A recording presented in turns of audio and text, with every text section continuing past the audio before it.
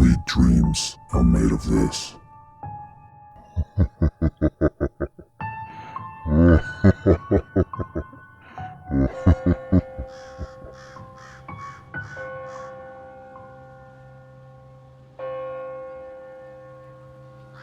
This is my second time having sleep paralysis ever.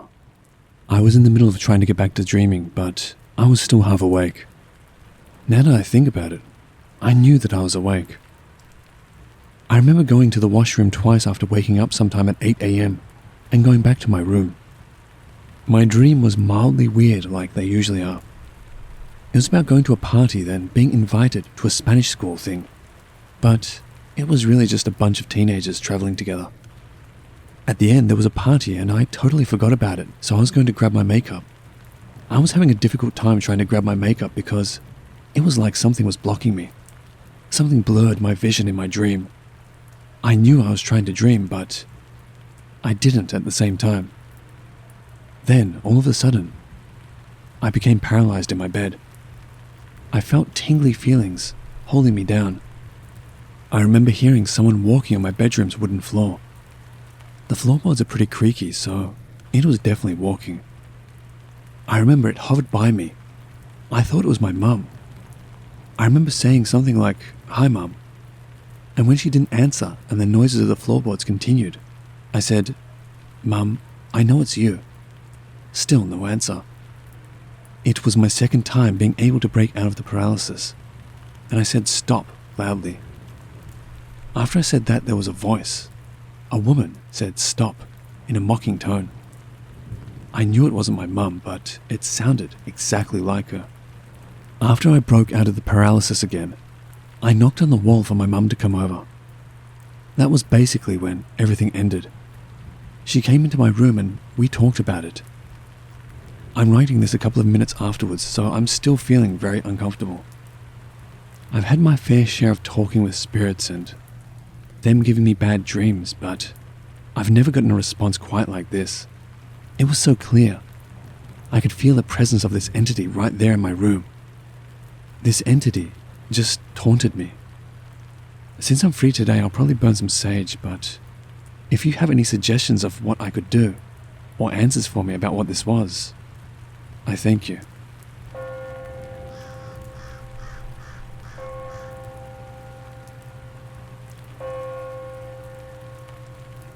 While traveling in South America, I was living in Colombia at the time. Everything went wrong. I lost my passport, the bus was stopped in the mountains, and I had to walk through knee-high mud to a neighboring town, was injured, and then ended up in Peru. Now, long story short, while in Peru, bad things continued happening, climaxing in having all my things robbed and falling very, very ill. The town I got stuck in was strange. The same people would be in the same spots doing the same things each day. I would see a face on a motor taxi driver, turn a corner, and then see the same face on a different motor taxi. The people in general just acted strange, more so than normal Peruvian cultural differences. In addition, they were generally evil, always trying to get over on others. It felt like something was watching me, and that all the people were in on something together. It was very hard for me to sleep each night, and got harder to sleep the longer I stayed in the town. At one point, I lived with 2 pastors, who also ended up being strange. The female pastor told me she thought there was a demon living inside me, and offered to get a group together and perform an exorcism. I declined. She also informed me that the town next door had a history of leaving the roofs off of their homes, as they believed there were bad spirits in the area. In fact, come to think of it, the center of the pastor's house was also uncovered, with drains for the rain. Last detail before the actual story. I went swimming at a local waterfall, losing my glasses. There was a statue of a cryptid there, a kind of man-goat-demon hybrid, holding a passed-out naked woman in his arms. There was a plaque explaining it, but I can't remember much except that it was a local legend in the area. So after several weeks of trying to find the man that robbed me, I decided to stay one more day and then leave if I couldn't get the necessary footage. I stayed at a hostel on the outskirts of the town. It was a Christian hostel. The owner said he had seen me on the news talking about God and that he was also a Christian. And the co-owner had terrible burn scars on her face. I never asked. I entered into the void of sleep only to wake to something was outside my room. I was physically asleep, my eyes closed, yet somehow I turned, not physically, but just my spiritual eyesight, I guess. It was a man with pale skin and long blonde hair. He was smiling very mischievously at me, and somehow I knew his nature. I don't know how to explain it, just somehow I knew that he was a tricking, sinister, mischievous evil force that I felt acquainted with. He walked past the window and toward the door. I don't remember turning, but all of a sudden, I was looking straight forward. I couldn't move, but I felt a terrible, terrible fear. I said 3 or 4 times, Corey from Boy Meets World, as when he was in his man form, he looked somewhat similar to Corey's friend in the show, but with longer hair. But now, he didn't look like that. A very tall, thin, grotesque demon was sitting beside me on my bed. His hair was still long, but was now straggly, wet, and very dark. He was completely and totally black, blacker than even the pitch darkness of the room. I could feel him, not physically, but his energy. It was evil, so evil. He was sitting with his hand on my thigh, torso at a 90-degree angle to my own, just looking down at my body. I was trying to speak, but could only make sounds. His hand was long, gangling and bony. When it would move, it was the kind of sounds and movements like the girl from The Ring or something. I was now able to say something and kept saying, "Let me up," over and over until, bam! I sat up and I was in the physical plane again. The demon gone. I turned on all the lights, grabbed my phone, and messaged a girl I liked in Colombia. The day before, I had told her that I felt I might die soon where I was, and that something strange was going on. Now I messaged her, saying, "It's something evil."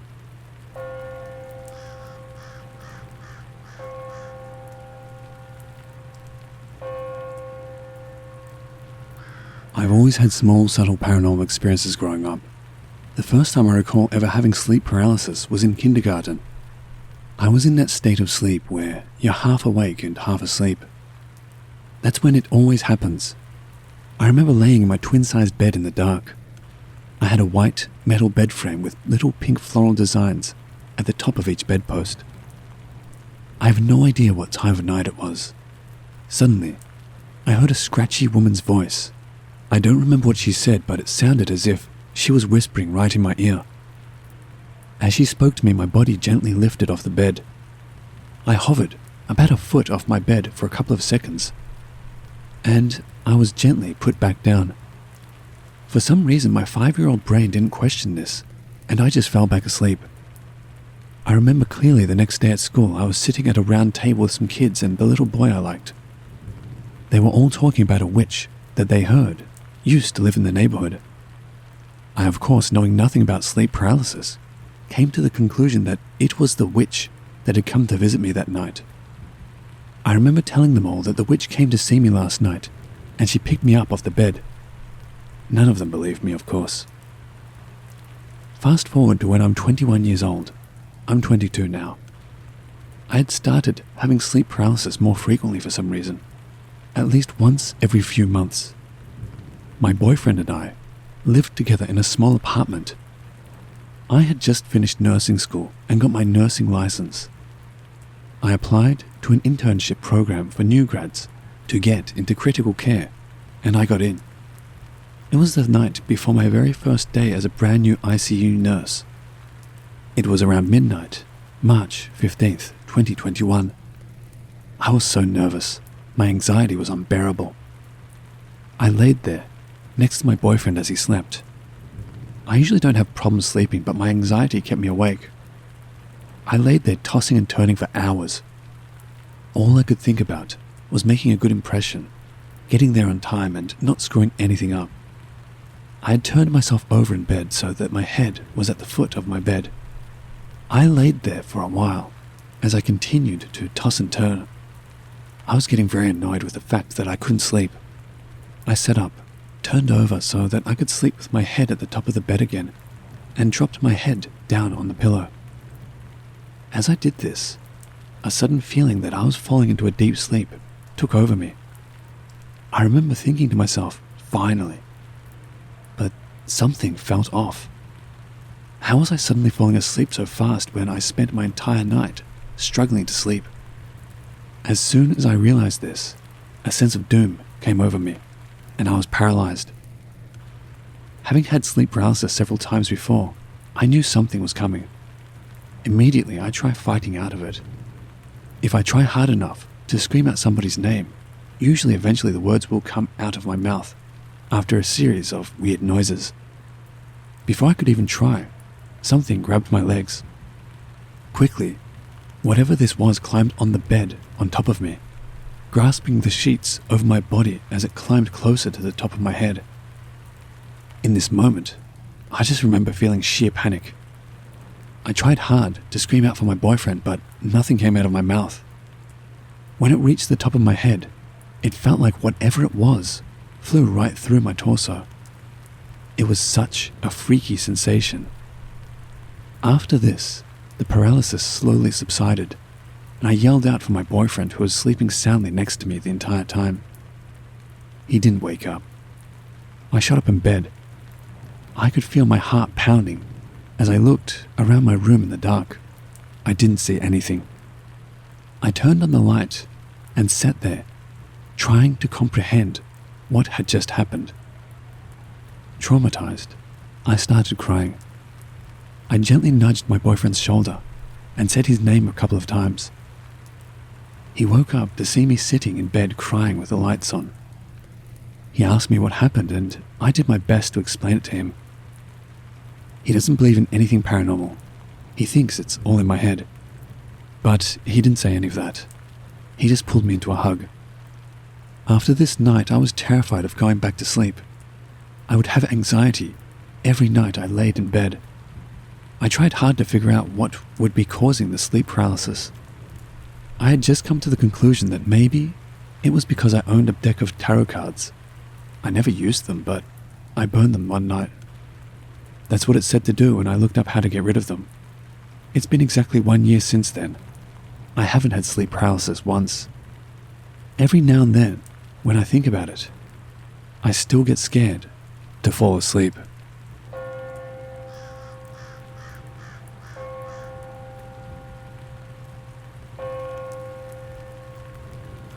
This was a few years ago.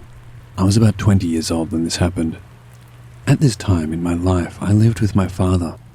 My parents are divorced, and I recently moved out of my mum's house because it was unbearable living with my stepfather. I had a job working at a children's hospital overnight. I would float around to different units wherever I was needed. That night, I remember I called and I was told to go to the children's psychiatric unit. That meant I was probably going to sit one-on-one with a child who was very mentally ill while they slept, so I needed to make sure I was awake enough to not fall asleep on the job. It was a couple of hours before my shift, and I decided to take a nap to prepare myself for staying up all night. My dad's house is very small. My bedroom was right next to the kitchen where everyone would walk in and out of. This is the same room from my childhood where I had experienced my first sleep paralysis ever at the age of 5. I walked into my bedroom, shut the light off, and laid in bed. I am a stomach sleeper, and my right cheek was resting on the pillow. I remember laying there a while before I had the sensation that I was falling asleep. I remember feeling so tired and weak. I was sleep deprived. There was a lot going on in my life at the time. I was laying there when I suddenly realized I was paralyzed. I laid there without a care. I was just too tired. I looked around the room through the strands of my hair that covered my face, with sleep heavy on my eyelids. I caught a glimpse of a dark shadow in the corner of my room. The hairs on my arms stood up as I watched it for a while. Then, without warning, it slowly made its way towards me. All I remember feeling as I laid there was chills and horror. It stopped at the foot of my bed. I could barely see it. My eyelids grew heavier, but I forced them open to watch the shadow. I couldn't see where it went. Suddenly, I felt pressure on the left side of my head. My face sunk into the pillow. Through the strands of my hair, I could see what looked like a black arm extended towards me, pushing my head into the pillow. I couldn't move. My eyes grew heavier, but my heart was pounding. After about 30 seconds, slowly the pressure on my head was released. I blinked, and the arm was gone. I laid there for a little while before I gave in to my exhaustion. A couple of hours later, I woke up to the sound of my alarm going off. Time for work. I sat up in bed and recalled the entire scenario. Chills ran down my spine. That was the first time I ever saw anything during sleep paralysis. To this day, I don't know what that thing was or why it shoved my head into my pillow. It was random, strange and bone-chilling. It's an experience I will never forget.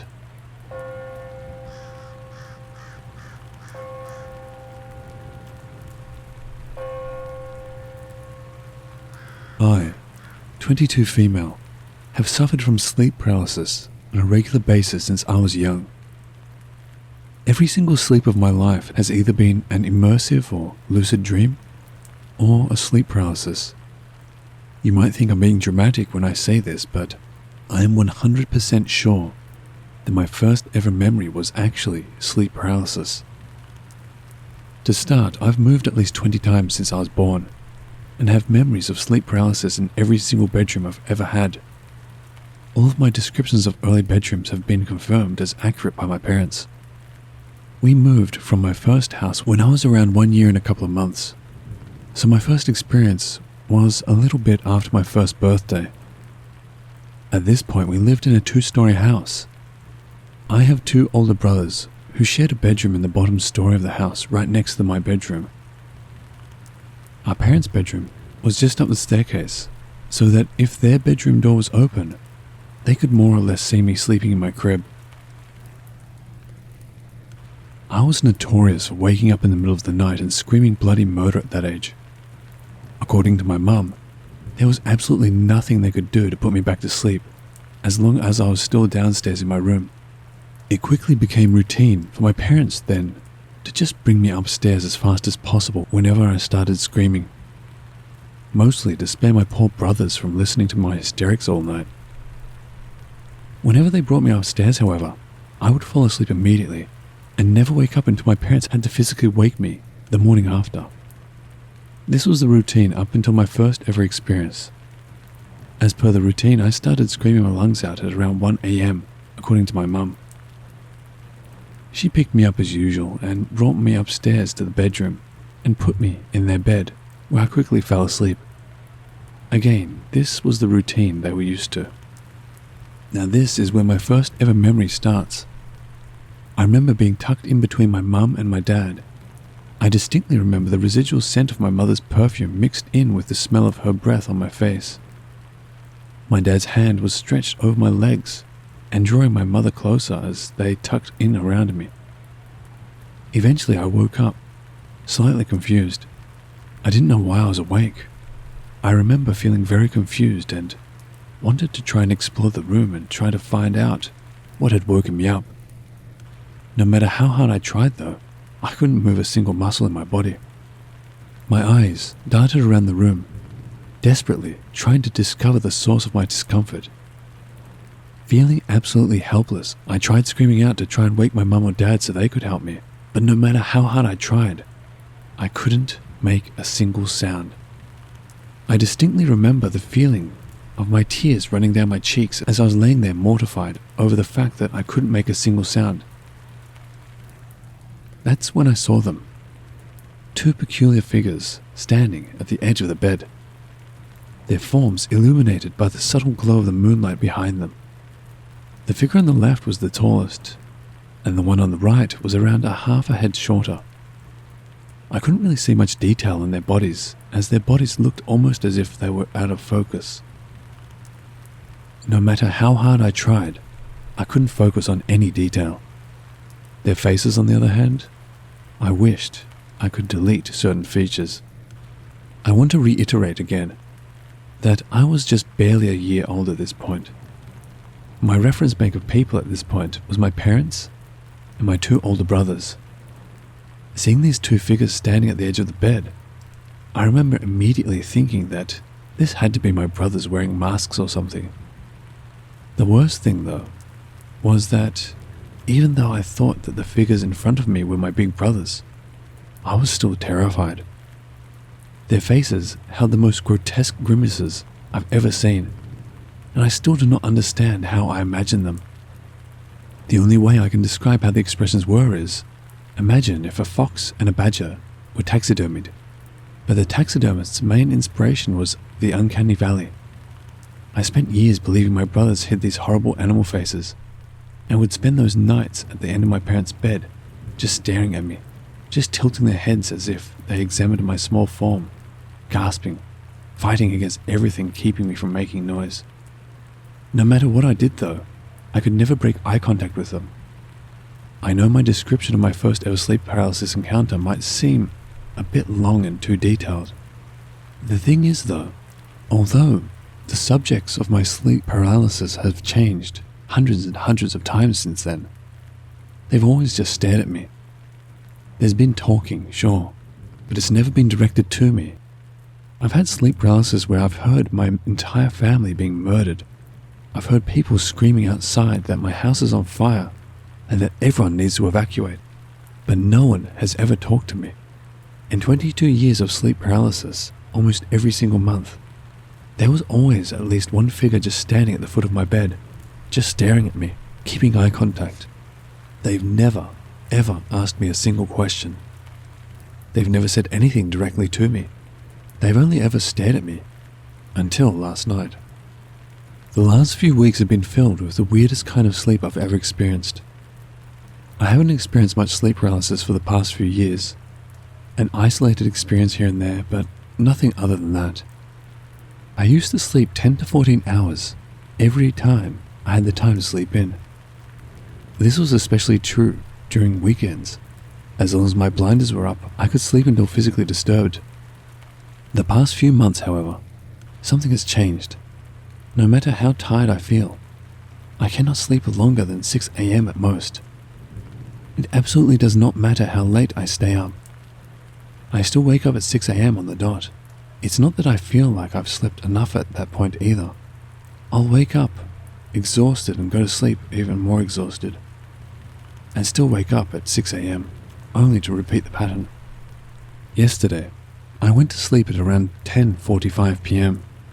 I've been sick all week and had a lecture today that I was excited for and wanted to make sure I was well rested for the next day. As I said, I'm a 22-year-old student. I live alone in the same apartment I've lived in for 2 years with my cat that I've had since I was 8 years old.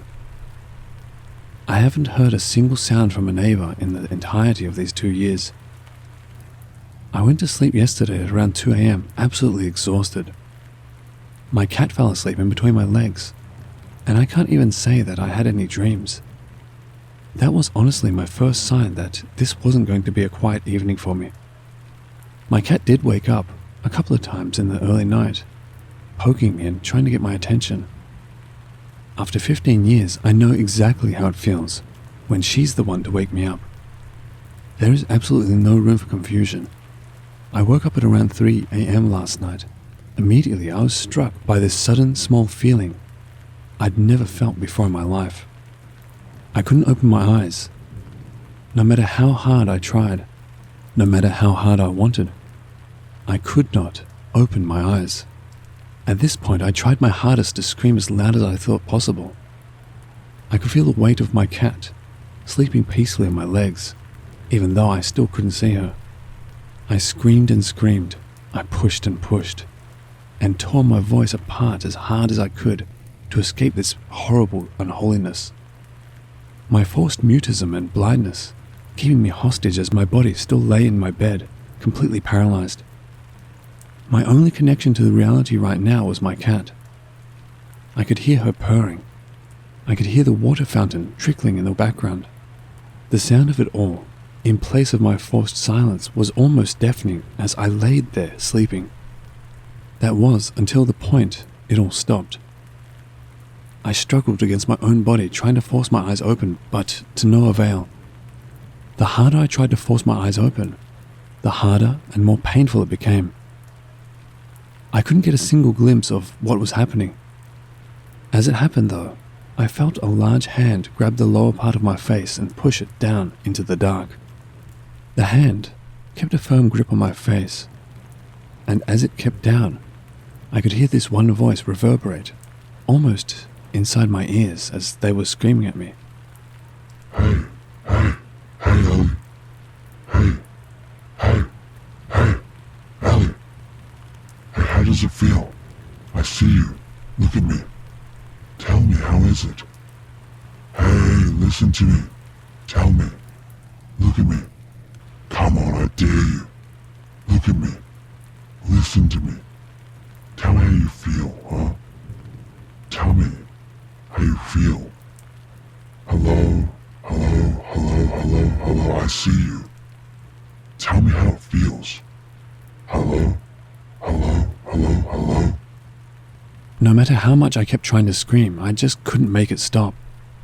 The voice just kept repeating the same thing, never allowing me to see anything until I begged it to stop. The screaming kept going on for at least 45 minutes, it felt like, before I was physically able to open my eyes and make them stop. For everyone telling me to go to the doctor, I've been to the doctor several times. I've done sleep studies, sleep therapy, and it's something I talk about with my therapist a lot. I'm aware sleep paralysis in general is not paranormal, but this did not feel like a sleep paralysis, which is why I posted it here. My sleep paralysis is never actually scary to me because I know what it is, and they are always just standing there. I have several tricks I use to normally bring myself out of paralysis, but none of those worked this time, which again made me feel that this wasn't normal. I'm terrified to go to sleep tonight.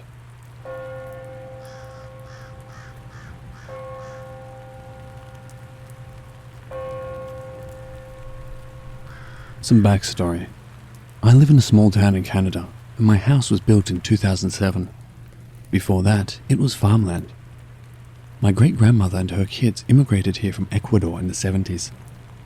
Throughout my family's bloodline, every woman in the house is believed to have some sort of sixth sense. My great-grandmother's sister was a powerful medium. My grandmother's older sister is also a medium and reads palms. My mother does tarot readings and informs me on her past experiences with ghosts when she lived in Toronto with my grandmother and great-grandmother. Ever since I was a baby, I've been seeing ghosts everywhere. My grandma told me that I would point to the corner and talk to it like somebody was there. I'm 16 now and have been living in this house for the past 15 years. Paranormal experiences have been happening to me for as long as I can remember, so it's just a normal thing now. My mum doesn't encourage me thinking about these things though. She tells me that it's all in my head. A month ago, my dad's parents came up from Texas to renovate our basement. On their last day, my grandpa told me that he thinks that our basement is haunted because of the voices he hears near the cold room. I told my mum about this and she lowered her voice to tell me that she lied to me. She said that it wasn't all in my head and that I've been seeing ghosts. She used to keep me in her room as a child and pray to God to keep the spirits away from me because she saw them too. So far, I've noticed one ghost or entity or something that keeps reappearing in different places. I first saw her when I was 8 or 9. Me and my cousin saw her in my closet. She had pale skin, long blue-black hair, and wore a deep blue dress.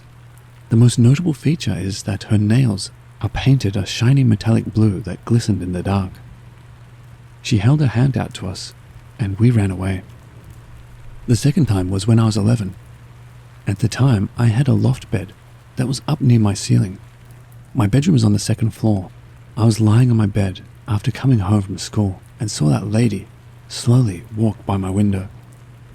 Her nails were still painted that shiny blue. That was the most notable ghost I've seen. Apart from that, me and my younger brother, 13, both saw a glass cup on our table slowly slide over to the other side of it. I always see figures in my room and hear music in the shower drain. My entire family hears people talking in our bedrooms. Me and my brother have started to wake up with long scratches all over us. The house was blessed by a priest when it was made, but I don't think it worked. I'm getting scared, and I don't know what to do.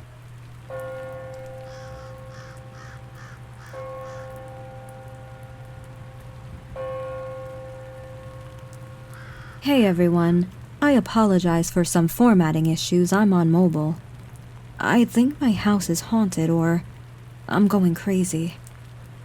It started around a week ago. For some background, I live in a 1920s home. I live with 2 other people who are currently out of town. If it's relevant, the house flooded a couple of weeks ago. There's black mold, but it's very sparse. Also, the back door doesn't lock, so it could be someone coming in. Also, there is an attic which I don't have access to, which is supposedly flooded after the maintenance man came to have a look after the flooding of the house. A few weird things have been happening. For example, today, I wake up in the morning and go to the bathroom, and keep in mind again, my roommates are out of town. I find the pot plant on the top shelf has been knocked over. Keep in mind that I do own a kitten, but she can't even push down a 250-gram container. She's only 5 weeks old and can't jump on the bed without help. The toilet seat is also up, which as a female, why would I ever do that? I work from home most days. I go into the kitchen for a drink and the microwave door is wide open and not closed. I don't use the microwave at all. Few other things have been happening as well. I'm quite particular about how I position my soaps in the shower. I've been noticing for the past week, but they haven't been in the spot I left them in. I thought I was going insane, so I started taking photos before and after my shower to confirm where I've left them. They are definitely moving. Not to mention, there's a brown boot mark on the white tile, when again, I don't leave the house, nor am I that shoe size. I've checked with all my shoes, none of them match. I like to order Subway, a bit of a Subway fiend. I order a footlong, but save half to eat later. I popped that in the fridge and never got around to eating it, as I had a few work events that I had to attend in person. Very rare. The Subway, I notice, is also gone today. No one has been home, so I'm confused who ate it. To make me sound even crazier, I ran out of makeup remover the other day, and I go to reach for a cleanser that I don't like, that I got as a free gift from a pharmacy, and I've noticed that it's literally been duplicated. I now own 2 of these very specific cleansers that look exactly the same. I never went out of my way to purchase this product, considering that I don't even like it. Why would I buy it again? I don't even use cleanser on the regular, usually just micellar water. Been feeling like I'm going crazy, but I'm aware of it. It's all very real. I have photos backing up what I'm seeing. What do I do?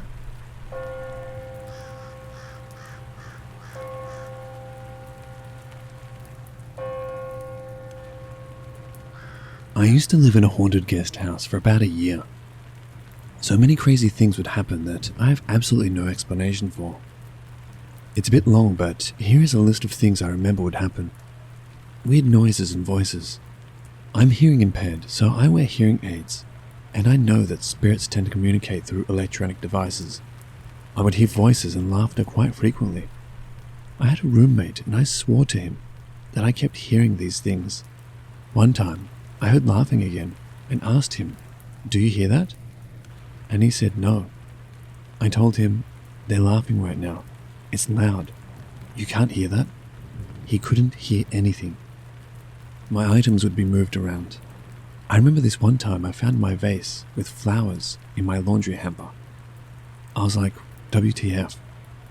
I'd only gone to work that day, and my roomie hadn't been in the house that week. I texted him, asking if he put my vase in the hamper, and he said no. As far as I know, nobody had access to the house, including the property owner. My roomie told me that he had his ex come over one time, before me, and she claimed she saw an older man with a beard behind him when he was talking to her. It was only a split second and he disappeared. He wasn't able to see him, but his ex did. I probably saw the same older man with a beard. I was headed to bed, and I saw an apparition of an older man with a beard. I ran out of my room so freaked out, and told him to sleep with me. I was very afraid of sleeping alone. We slept in the same room for a few months. I would constantly get sleep paralysis, every single night at that place. I wasn't stressed out or anything, even though the place was haunted. But every night I had sleep paralysis. I wouldn't get sleep paralysis anywhere else, just that place. My roomie found a tube of lipstick rolling on the floor. He asked me if that tube of lipstick was mine. It wasn't. I asked him maybe it was one of his girlfriends. He said it wasn't theirs. It just appeared out of nowhere. He would have random objects appear to him, not belonging to anyone we knew. These spirits were tidy. There have been several instances where I'd leave my bedroom with my shoes thrown around and my bed unmade. I'd come home to my shoes being nicely put away with my bed made.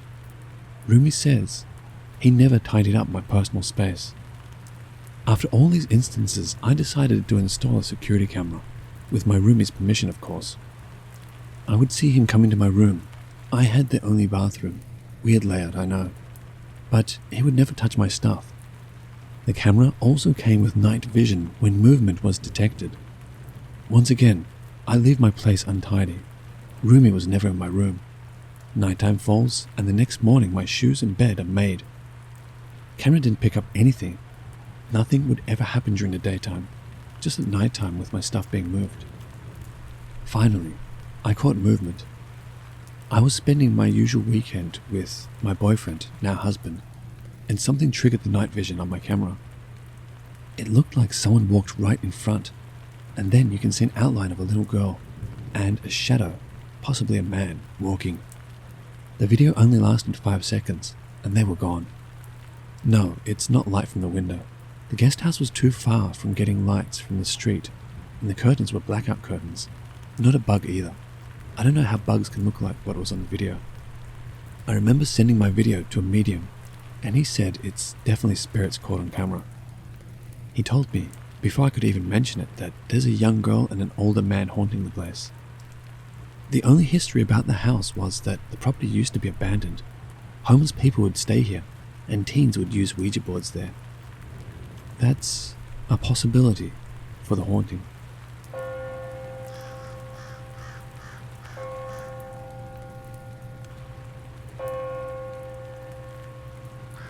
My wife and I bought our house almost 3 years ago.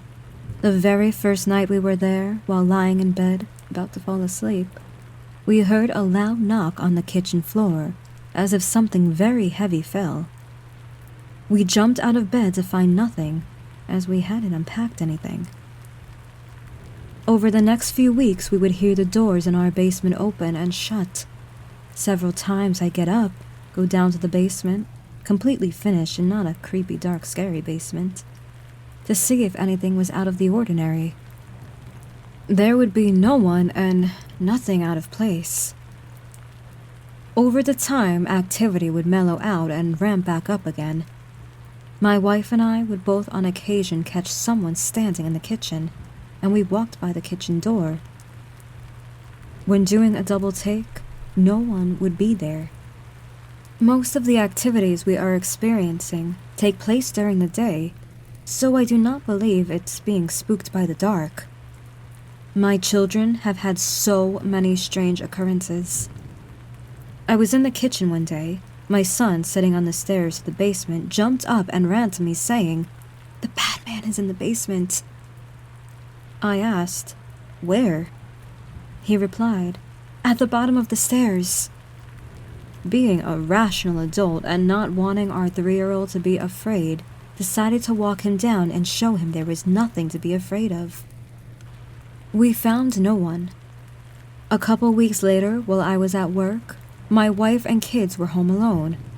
My wife was in the bedroom, my son in the living room playing trains, screamed, and ran to my wife shouting, "The bad daddy is in the kitchen!" Sometime later, my wife, kids, and I were in the living room watching TV while the kids played.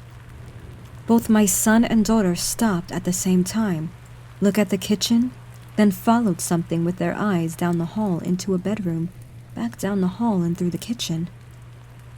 Another time, the four of us were in the kitchen planting seeds for our garden in our seed starter trays, when our daughter stopped and looked at the doorway to the basement, smiled, and said, "Are you playing in the basement?" She was 2 at the time and spoke clear as day to someone we could not see. Another time, we will hear our kids talk to someone while in their rooms alone. One Sunday morning while watching football, I was sitting on the couch with my back to the bedroom, open door. I decided to get up and make breakfast. The door was open when I walked to the kitchen. When I came back, the door was closed. I thought it was odd, but sat back down and continued watching the game. After a while, I got back up to go to the bathroom and noticed the door was open halfway. When I returned to the living room, it was shut again. The rest of the day, I sat in the chair adjacent to the couch so I'd have a full view of the door. We have had so many other strange encounters. These are a few I can think of off the top of my head. Activity seems to be growing and my wife wants to sage again. I try to be rational and remind her this is a 70-year-old house. There will be noises. But as a skeptic, I find it hard to be skeptical with the amount of activity we have.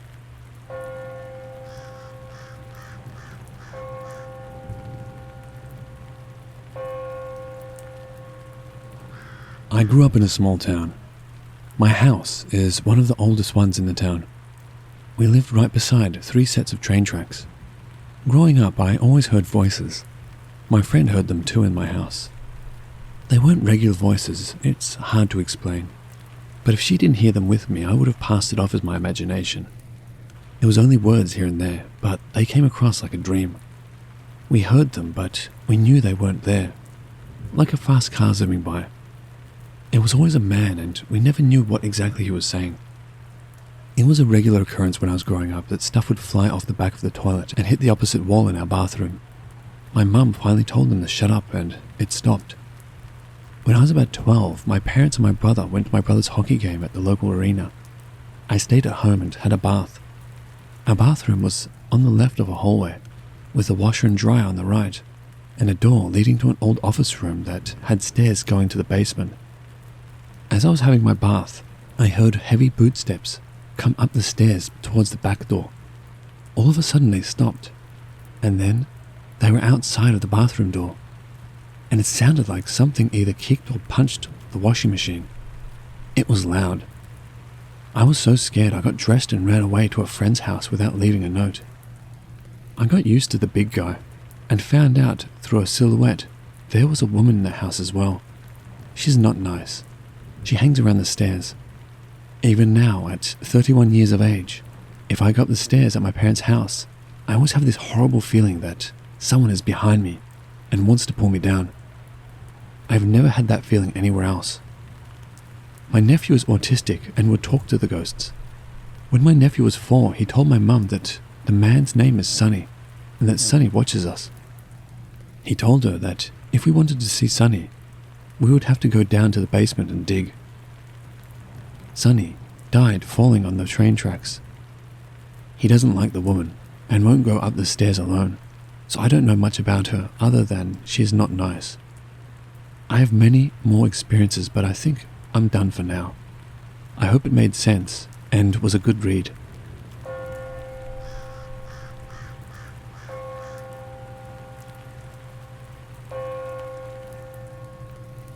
We sold our house because I think it's haunted. I've written about this before, but in the wrong subreddit, which was deleted. It was titled, Bathroom Double Take, where I described a doppelganger-like situation with my husband. So if anyone had read about that experience and is now on this post, this is an update.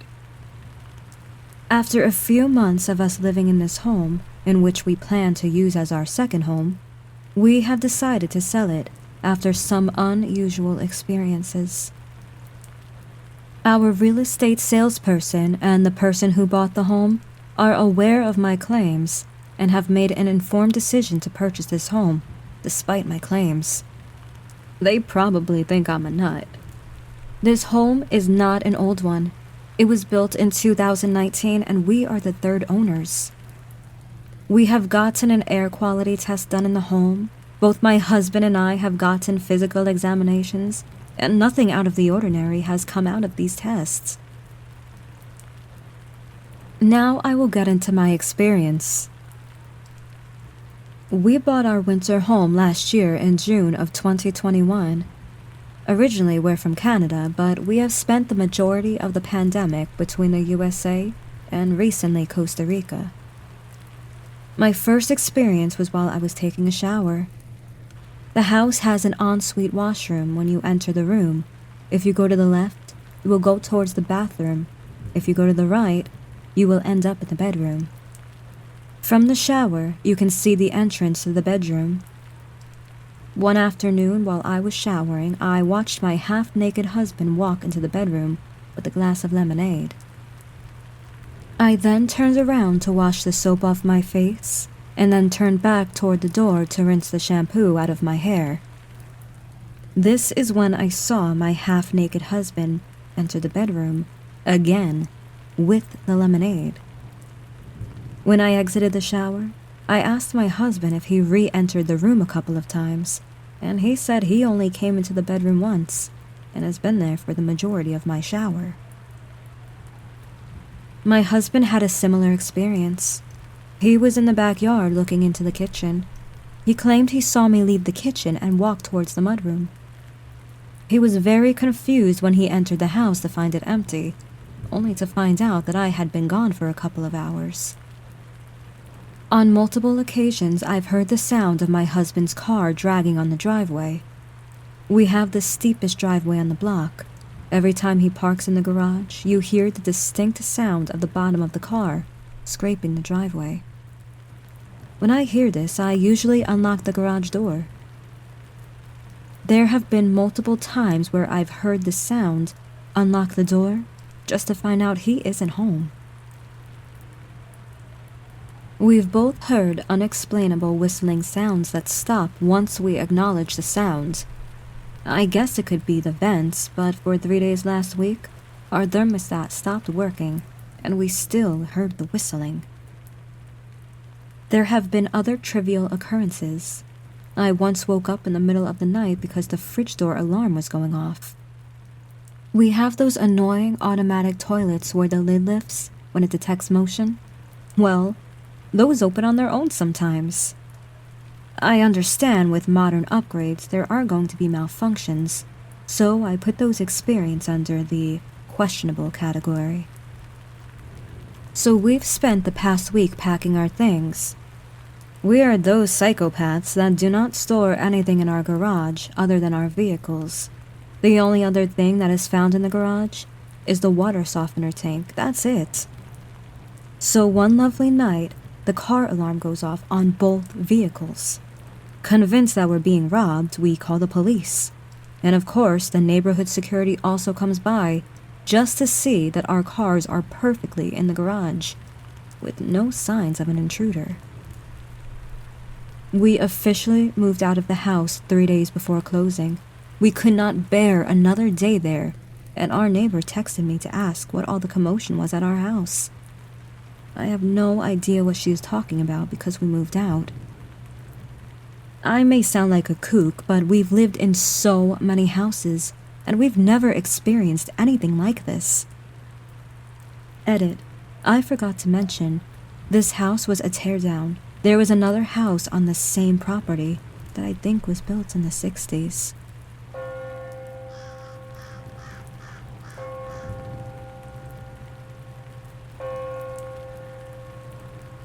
I experienced some strange and freaky things living in an old house when I was 16. My parents bought it years ago and sold it within 6 years of living there.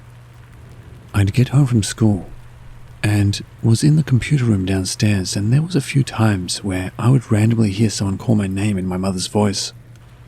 When I used to get up to look around the house and respond with, "What?" I was completely alone in the house. My sister used to hear my dad call her name from the first floor of the house, while she was in the second floor, in her room. When she went downstairs, she was completely alone in the house. That day, she just took off in her car and left the house because it freaked her out so much. Another night, I fell asleep in my parents' room, so my parents went to sleep in my room. Around 3 a.m., they heard 3 hard knocks at my bedroom door. My dad responded with, "Come in," but no one did. So he got up and looked around to find us all asleep.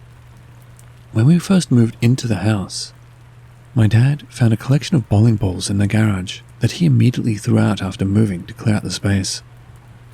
Months later, my brother and grandmother used to hear bowling balls falling down the attic stairs, and there were no bowling balls in the attic. And this is when my father shared with them. He found those bowling balls in the garage when we first moved in. The creepiest situation that happened to us was a night when my parents saw me walk into their room in the middle of the night. I was wearing a vintage, laced, black turtleneck dress, and I stood at the end of their bed. My mum asked what I was doing up. I supposedly stared into her eyes and stood there in silence. She asked me to go to sleep and dozed off. When she opened her eyes again, I was missing. She then asked my dad if he ever saw me leave the room. He said no. So he then got up to check on me, and I was asleep in my room wearing a red pajama t-shirt. During this time, I went through a serious state of bulimia, depression, and isolated myself often, as I felt too self-conscious and insecure to go out and show myself. After selling the house, the new owner also experienced paranormal experiences, like getting her legs pulled down the basement staircase one night. We eventually did research and found out an older woman had passed in the house previously to us moving, but we don't know what kind of spiritual activity happened while she was alive with her family. The experiences we had are connected to demonic activity. Demons are the only ones capable of imitating human voices or taking on human forms. I always wonder if something sinister has attached itself to me since living in that house, as life has gone into a very dark, endless spiral of bad circumstances and bad luck for me ever since.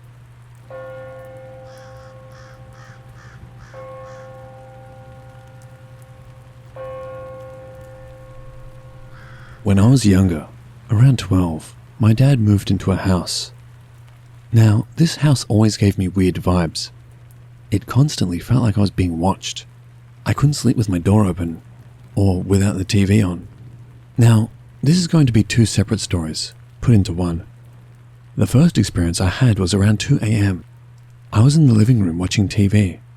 It was the weekend, so I was staying up, not having a bedtime. Now, the layout of my house was slightly weird, and the living room was dead center of the house, surrounded by dark hallways and rooms.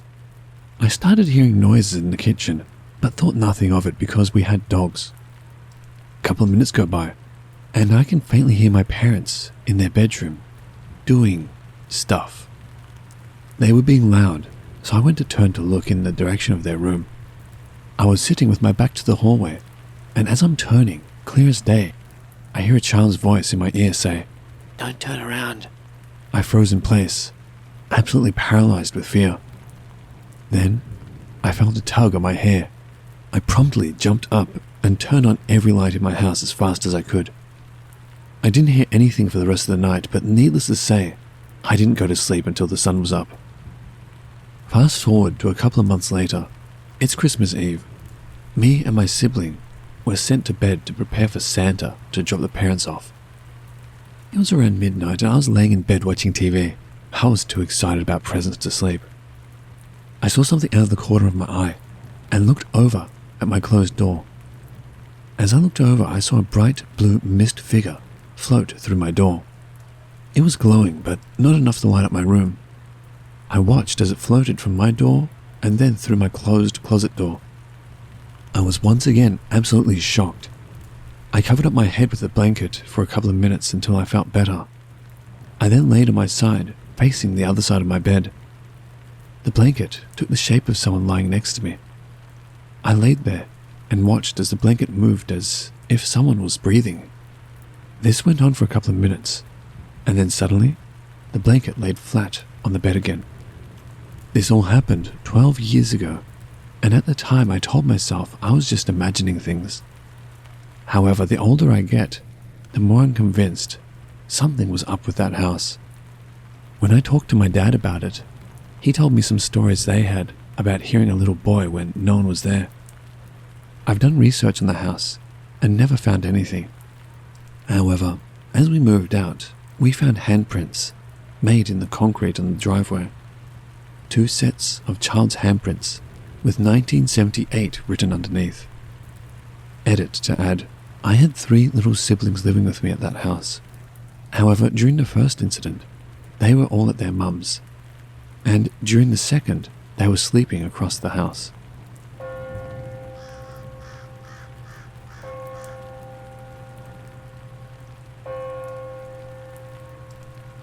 In 2011, around May, I went on a solo trip to Bangkok, Thailand. I checked into a hotel apartment near the river. The apartment looked new and comfortable with a huge bed, clean toilet, microwave oven, fridge, TV and Wi-Fi, and some free goodies. I settled in immediately. For the first 2 nights, nothing strange happened. But on the 3rd night, I had the air conditioning on, TV on for some noise while using my laptop in bed, chatting away with my friends and former boss. I heard a faint noise coming from the balcony. It sounded like someone was breathing. Gasping for air would be a better description though. Now, the balcony is located on my right side and the entrance to my room is on the left, opposite to each other. The balcony light was on, and the curtain was also drawn. If there was something, I suppose I would be able to see, as the light would cast a shadow. However, I didn't see anything, so I ignored and continued chatting online. But the noise kept coming. Thinking maybe I was imagining things, I continued to ignore it. But after 10 minutes, the same breathing sound still persisted. So this time I muted the TV, turned off the air conditioning, and listened intently. It was still there, so I thought, okay, time to sleep. I left the balcony lights on and turned off the light in my room and had the blanket over my head. I was a bit freaked out, and because I'm a Christian, I prayed loudly for God's protection and for it to leave me alone. After 10 minutes, the same noise I heard disappeared. Okay, I took a deep breath and thought maybe it was nothing, and tried to sleep. As I was falling asleep, the same breathing sound I heard outside the balcony a while back reappeared again, this time outside the entrance to my apartment. It was going up and down the empty corridor. I could hear it very clearly and loudly. Now, as I explained before, the balcony and entrance are located opposite from each other. So how did it get from the balcony to the other side? This time, it was much louder, and I could hear very clearly someone gasping for air, and the sound travelled up and down the corridor the whole night and echoed. At one point, I was so upset with it, I decided to get up, turn on the lights in my room, and walked right up to the spy hole on the door and peeked outside into the corridor. But it was still there, and I saw nothing. Thing is, on that floor alone, there was only me and another male occupant, and the apartments can only be accessed via a key. So it is indeed impossible for any outsiders to enter unless they have the access key. Knowing something wasn't right, I went back to bed, turned off the lights and tried to sleep. My heart was pounding and I didn't want to make myself seem weak, so I tried not to be scared and pretended nothing happened. However, on the outside, in the corridor, this thing was up all night, breathing loudly and moving up and down the long stretch of corridor till 4 a.m. Yes, I was up the whole night, listening to it, while at the same time waiting for daylight. Exactly 4 a.m., I started to hear chickens. This is when it started to go away. I heard it moving along the corridor and slowly faded away at the other end of the corridor. The strange thing was, this time, I also heard the tinkle of chains dragging along the floor, as if it was tied up with chains. I didn't check out the next day as I had paid the entire 7 days rental, so I decided to stay. However, for the next few nights, it didn't revisit me at all. I've had some strange experiences and have seen things before, but this was by far the worst.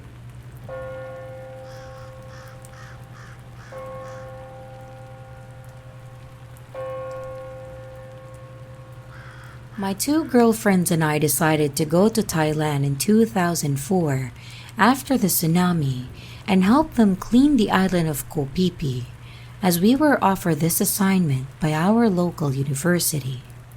Everything was fine, and we helped clean things all over the island.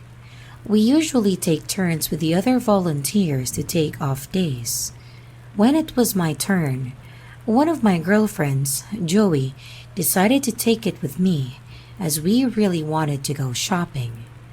We were recommended a hotel by the locals as we wanted to save money on lodging and spend more on shopping.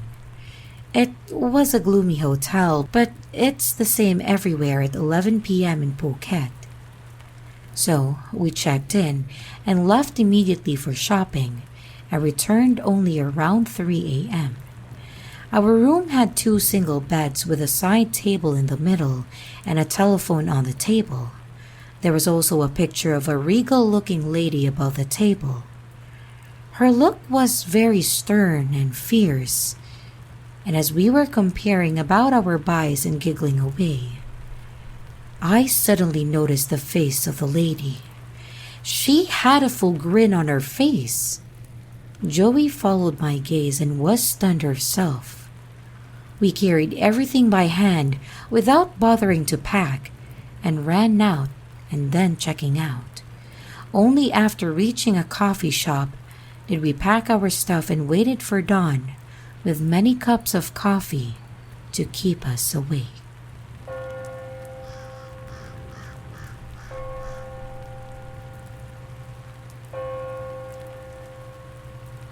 A few years back, my wife and I went for a 3 days, 2 night shopping trip to Bangkok. We stayed at Bangkok Palace, which was located under a highway. We arrived in the afternoon and checked in to our room on level 3. It's a long corridor with well-lit wall lamps, and our room is in the middle of the corridor. We unpacked all our stuff and went shopping. Nothing unusual to this point. We returned to the hotel after supper, which is around midnight. This time the corridor looks very dark, as most of the wall lamps were not working. While walking towards our room, my wife grabs my arm, walking closely beside me. As she is very easily scared, I don't think too much about this and moved on to open the door. After opening the door, I turned around and saw my wife staring at the end of the dark corridor with a pale face. I asked her, "What are you looking at?" and looked in the same direction she was looking, but I saw nothing, and she said it's nothing.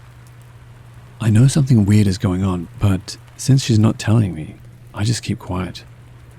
That night I stay awake and make sure I sleep after my wife. Nothing strange happened. The next morning we were ready to go shopping again. When I was closing the door, my wife suddenly walked to the end of the corridor all by herself. I quickly closed the door and followed behind her. This time the whole corridor's wall lamps are all working fine. After she reached the end of the corridor, she looked at the right, which is a stretch of solid wall around 8 to 10 meters. No door or exit. Her face turned pale again. I asked, "Are you alright?" She said, "I'm fine, let's go shopping." After shopping and supper, we went back to the hotel at about the same time, midnight. When we reached the corridor, it's dark again, with many wall lamps not working. While walking to our room, my wife grabbed my arm again. This time, she grabbed it very tight and was walking right behind me with her head hiding behind my shoulder. I know she definitely saw something at the end of the corridor. I stared hard at the end of the corridor, but there's nothing there. After opening the door, my wife went straight to bed, covering her whole body with a blanket. I'm worried and asked her, "Do you want to change room or something?" She replied, "It's late. Just let me sleep and don't ask me anything until we're back home." After my shower, I lie down beside her and she's already sleeping soundly. I kissed her forehead and found that she had a fever. I put a cold towel on her forehead and stayed awake by her side till she woke up in the morning. She looked very weak and still had a slight fever. Anyway, we pack our stuff and head for the airport. Note, the corridor lights are working fine again. On the way to the airport, amazingly, she starts to look well again and her fever has gone. When we are home and unpacking our stuff, this is when she told me everything. The first night she stared at the end of the corridor because she saw an old lady wearing all white, pushing the cleaner trolley towards the end of the corridor. Upon reaching the end, the old lady turned right and moved on. Nothing unusual to my wife, but she feels a little eerie, that's all. Next morning, she went to the end of the corridor to check and found that it was a stretch of wall. The old lady actually turned right into the wall. The second night, while she was walking to our room, she saw the same old lady in white standing at the end of the corridor staring at us. This is when she grabbed my arms and tried to hide behind me. After hearing her story, I told her that in future, if she felt eerie, uncomfortable, or anything not right, just tell me you don't like the room. We can then request to change the room or even change the hotel.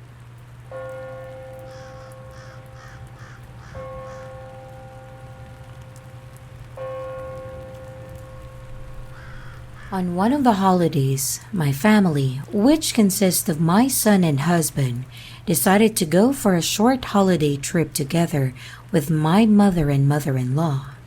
At that time, it seemed like a good idea, and coincidentally, although it was a last-minute decision, there were rooms available in the usually peaked holiday season.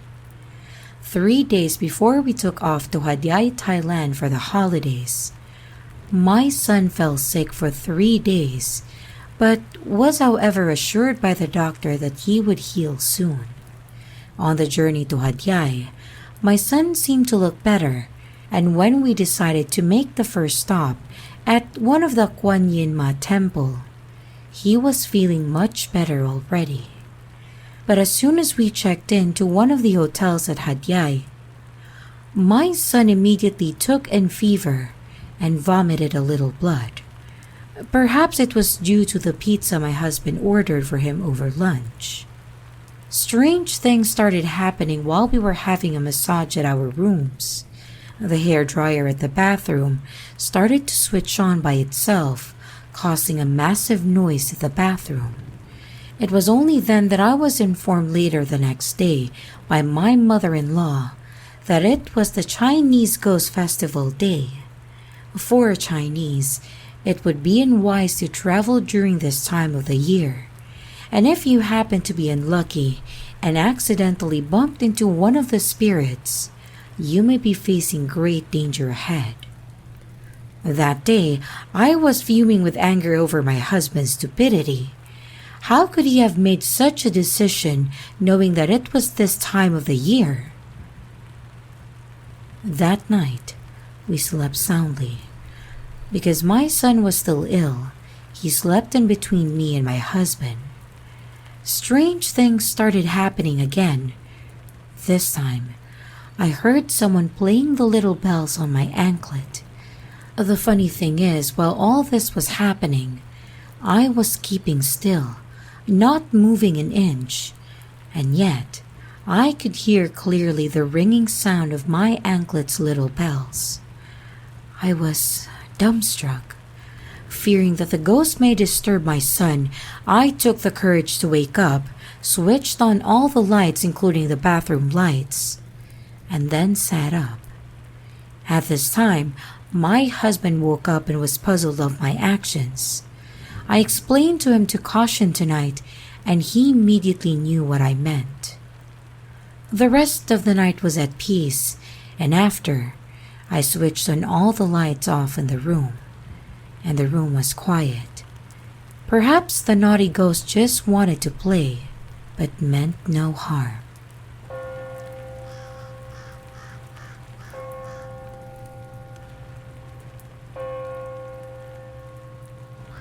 This happened many years ago. I already put this episode behind me and tried my best to forget it. Sometimes when I think back, I still get the shivers. When I read some ghost stories, I suddenly feel a chilly wind blow into my room. Many years back, I was staying alone. Back then, I was using iPhone 3GS. As you all know, when you leave the iPhone there, after a while it will auto-lock and show the unlock screen. I remember it was an afternoon and the weather was bright and sunny. Everything was as per usual. I went to take a bath, and when I came out, from the distance of the kitchen to the living room, I saw the screen of the iPhone switch pages.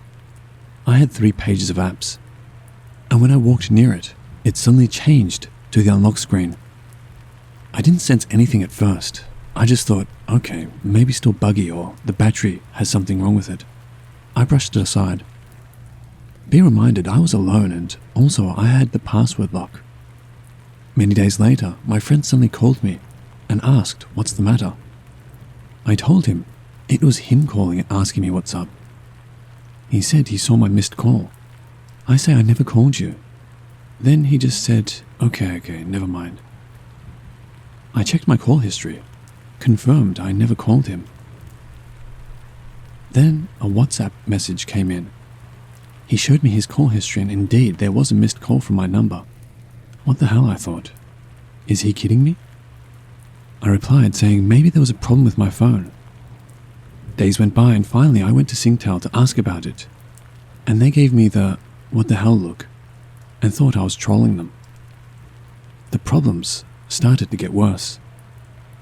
Fast forward to a few weeks later. I was messing with some stuff at home because I was on leave. And when I faced a problem with my campus login, I looked for my phone to call the school. I tried to find my phone for 5 minutes. Totally couldn't find it. I was in a fairly small apartment and in the end I called myself to see where the ringing tone came from. When I heard the direction of the ringtone, I froze and all the hairs on my body stood up. The ringtone came from the storeroom. The problem is, I hadn't entered the storeroom for some time. A few months, and only when I want to go back to Singapore, I go in and take luggage. To make it worse, the storeroom is locked with a numbered lock.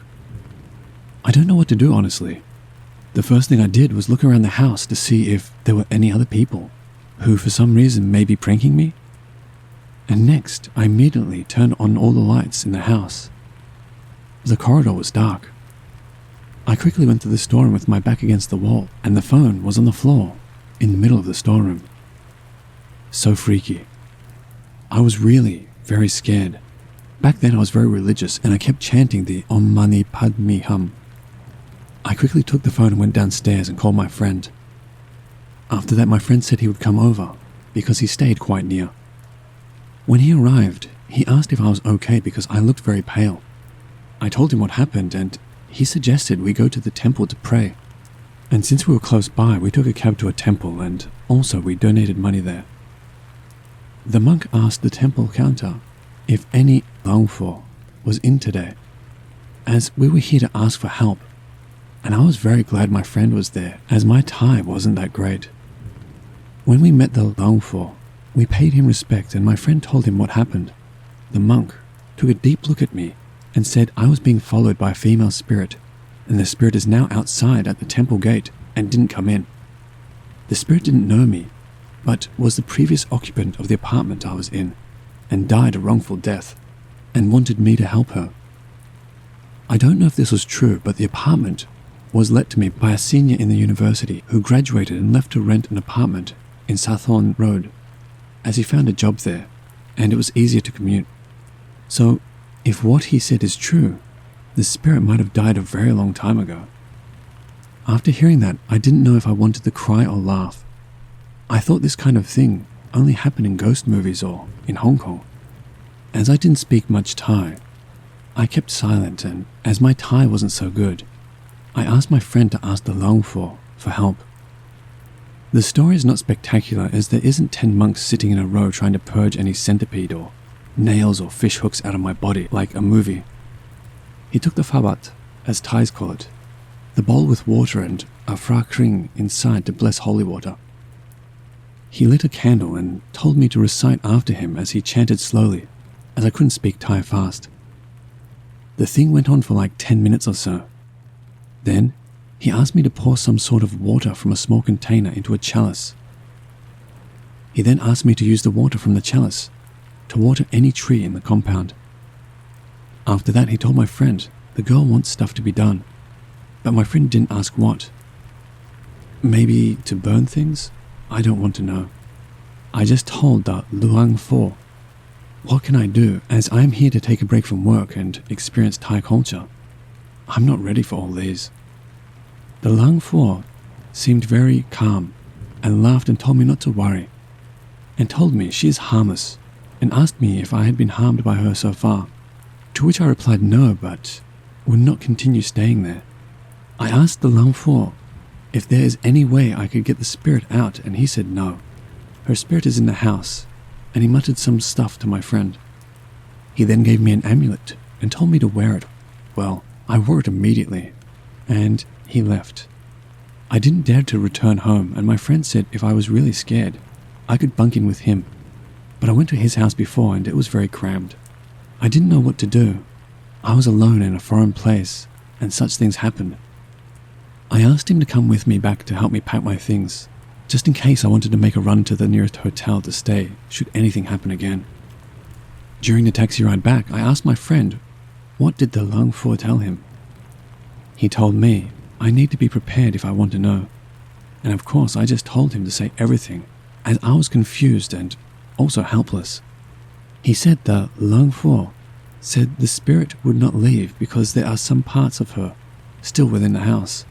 So I asked him, what parts? He said her bone fragments, but not to worry, as the spirit is that of a small female child and not a vengeful ghost. I did not grow up in a place with ghosts in my house, and I could not think of how the monk and my friend could even think this is even okay for me to go back to, but I did anyway. There wasn't a plan B, and I didn't know what else to do. I went back home, and my friend left after a while when I was more settled in. After my friend left, I spoke in Thai to tell the spirit that I'm only here for a while. Don't know if she understood or not. Things didn't happen for another couple of weeks, and I thought I made peace with the spirit. Why didn't I ask him to send the spirit away? Well, the first reason is because I'm there for a few months only. I don't want the monk to put up a fight and chase the spirit away. And also, when I go to other places, the spirit may follow me quietly and wait till the monk cannot help me, and then come out again. The second reason was I didn't want to piss the spirit off, because after all, she didn't harm me. The third reason? I didn't want any trouble, and I just hope she doesn't disturb me or make her presence known. In fact, after that, my friend went and told our teacher, and the teacher told me to think of the incident as a story, and I'm supposed to tell the story in class to the rest of the students in Thai. That was some struggle at that point of time, but I did it anyway, with a lot of laughter from the class. Less than 20 students, mostly Asian, quite a group of Taiwanese and Honky in that intake. A few weeks later, I brought cashew nuts home to eat, and as I reached home around evening, I was very tired. I just threw the plastic bag with cashew nuts in it, and I went to take a bath. By then, I had somehow put the incident behind me. The cashew nuts were in one of those big packets, and inside it, there were many small, individually wrapped packets, if that makes any sense. When I came back to the room, I got a shock again. The big packet had been torn open, and the individually small wrapped packets were thrown all around the room. My first reaction was, oh shit, it happened again. I told the spirit off and said I don't want any trouble, and can't help her. I didn't sleep well that night. I left the lights on in my room, and I sat against the wall, surfing Facebook in case I fell asleep. Gradually, I became more and more sensitive to those things, like my hair would suddenly stand on end and stuff like that. I went to my Thai friend again, and once again, he brought me to another temple, this time further away. We consulted the monk, and again he gave me an amulet and did a blessing over me. This time, I somehow didn't have as much faith when I left the temple. Faith in the sense that there was no guarantee of my not being disturbed. After all, I wasn't harmed, and because of all these small cheap thrills the spirits pulled on me, the monk thinks it might be a mischievous and playful ghost and meant no harm. My thinking is, if you have a kid and a ghost wants to play stunts on your kid, is it okay? Obviously not, right? But, well, the monk thinks it's alright. I need to get myself out of this, but I don't know how. Further trips to more temples, I went to some Chinese temples. I even went up north to the Korat region, and no help. But somehow, doing all these in months, I somehow began to like Thai culture, the Thai way of life, and also their beliefs. It was when I related my experiences to them, and somehow exchanged their knowledge on how they viewed such things, that I began to accept more what I originally thought was their weird way of thinking. As time passed, I began to pity the spirit. This child might have been here for 50 or 60 years. I don't know. If the occupant was less sensitive to their realm and stayed there for 50 years, she didn't have anyone to talk to or play with for that time. Anyway, one day we were out as a group to sightsee. When I was walking home, there was this pushcart selling chicken sticks, and I thought, why not? I'll just buy one stick for the girl. And another stall beside that was selling mango sticky rice, so I bought that as well.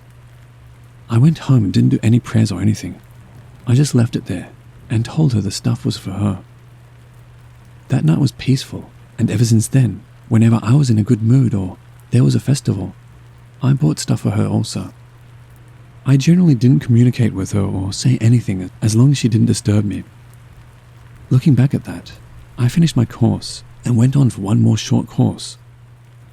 One day my friend suggested we go back to the temple and ask the Luang Pho if the girl was still following me. When the Luang Pho saw me, he said, "Good man." I asked why. He said the girl looked happier now, and I asked if she was still following me to the gate. To which he replied, "No, she's with us now, behind you." My hair stood up again, and my friend sat up very straight. So I asked the Luang Pho, "What does the girl want?" And he just smiled and said she doesn't need anything, she is just playful. I didn't ask further why she was there or what happened. I wasn't in the mood to play. I explained to him what I did, and he smiled. During the course of these few months, whenever something happened to my phone or other weird stuff, of course I would be scared, but somehow after a brief moment, like watching TV or doing an assignment, I would forget about it. And soon after, I was able to turn the lights off and sleep. Here are a few more examples of what happened around my apartment. Sometimes when I woke up, the toothbrush was already on the sink with toothpaste on it. Another thing that was more common was sometimes when I fell asleep, I would hear kids' footsteps running around the house. But only one kid, I'm sure, because I can tell if it's a bunch of kids or not. Another one, which is quite freaky, is, sometimes when people stand close to you, you can feel that they are there when you close your eyes, like behind you or in front of you. There are so many times when I almost fell asleep, but not asleep yet, and I feel there's a face directly in front of my face looking at me. But never once dared to open my eyes, I just pretended to sleep. There were more occurrences during that time, and I am unable to type them all out. But it was like having an invisible housemate who would appear when you are not in that area of the house or at that time. Ultimately, when I left the place to go to Chiang Mai for some other purpose, I hired a few monks to come and do prayers on the apartment on my last day, before I moved out.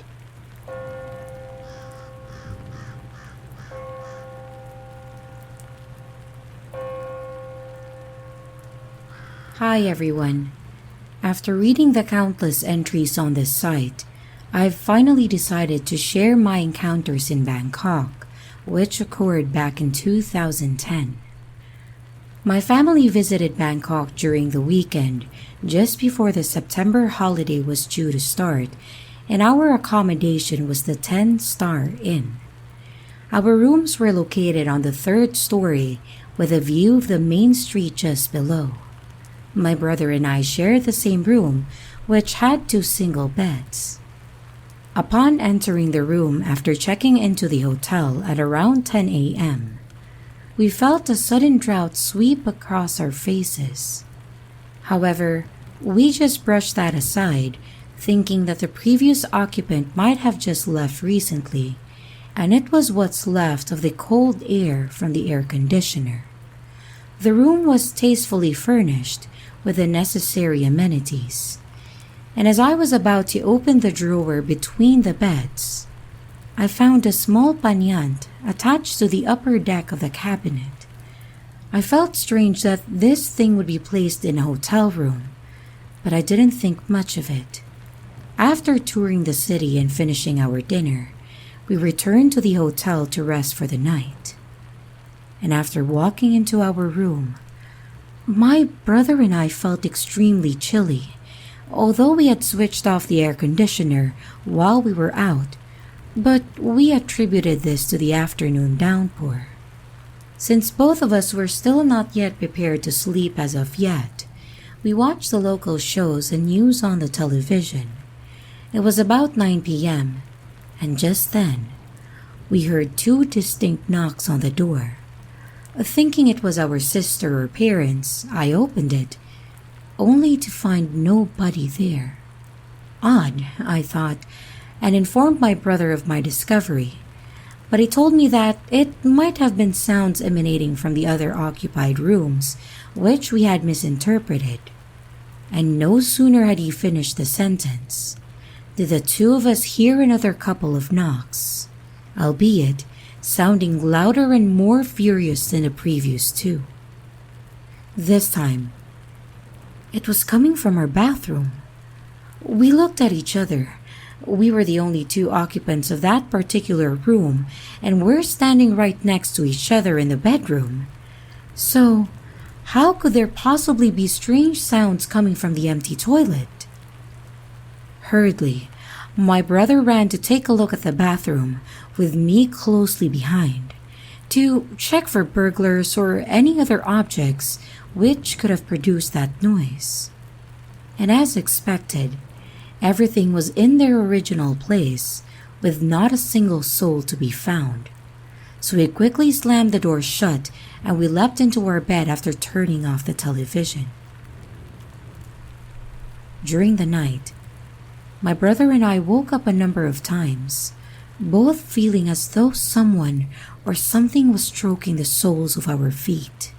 But we couldn't spot the culprit, despite the fact that we have left the light in the walkway lit. Already spooked by the sounds from the toilet, we took out our amulets. I wore a pra mai torani, while my brother wore a prakrim. We recited some sutras, and fortunately, the annoying entity did not pay us a visit again. Thinking that the thing had finally left us for good, we let our guards down, not knowing the shape of things to come. The next day, although we yearned to share our experiences with the rest of our family, we ultimately decided not to, for fear of frightening them and turning the incident into our wet blanket, which would ruin the rest of our stay in Bangkok. However, during our daytime tour around the city, my brother accidentally sprained his ankle while walking down a flight of stairs when we were exiting a temple. Although I doubt this had anything to do with the hotel spirit, he was talking to me at that time and had probably not looked at his steps. So my brother had to swap his bed for my sister's so he could sleep in our parents' room that night. Since my sister was spooked from the day's walking, she fell into a deep slumber on her bed almost immediately after showering.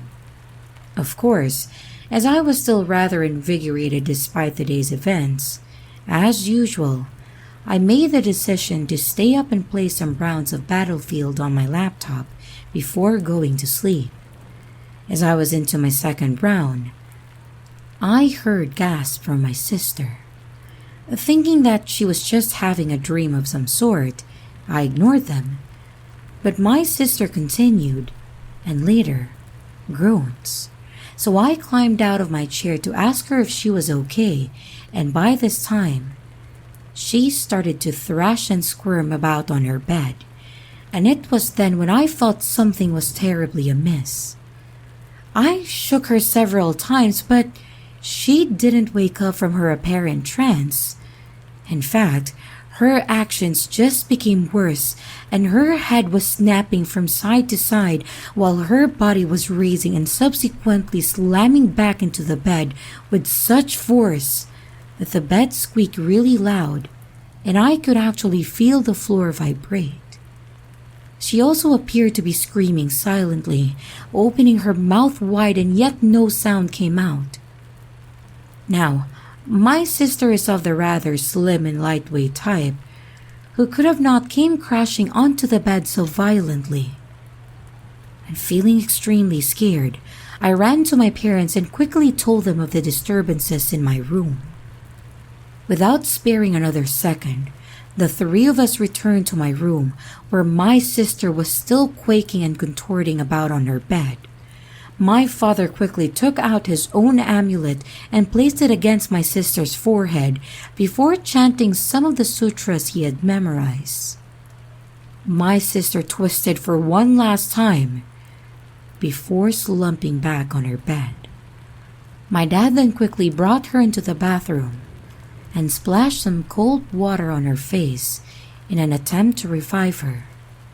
She did wake up this time, and although she was breathing a little erratically, she started crying and hugging my dad. He then took her into my parents' room, which after some comforting, my sister told us her horrifying story. Shortly after falling asleep, she suddenly woke up and saw a foul-smelling dark shadow with crimson eyes and a pair of cruel-looking claws at the foot of her bed.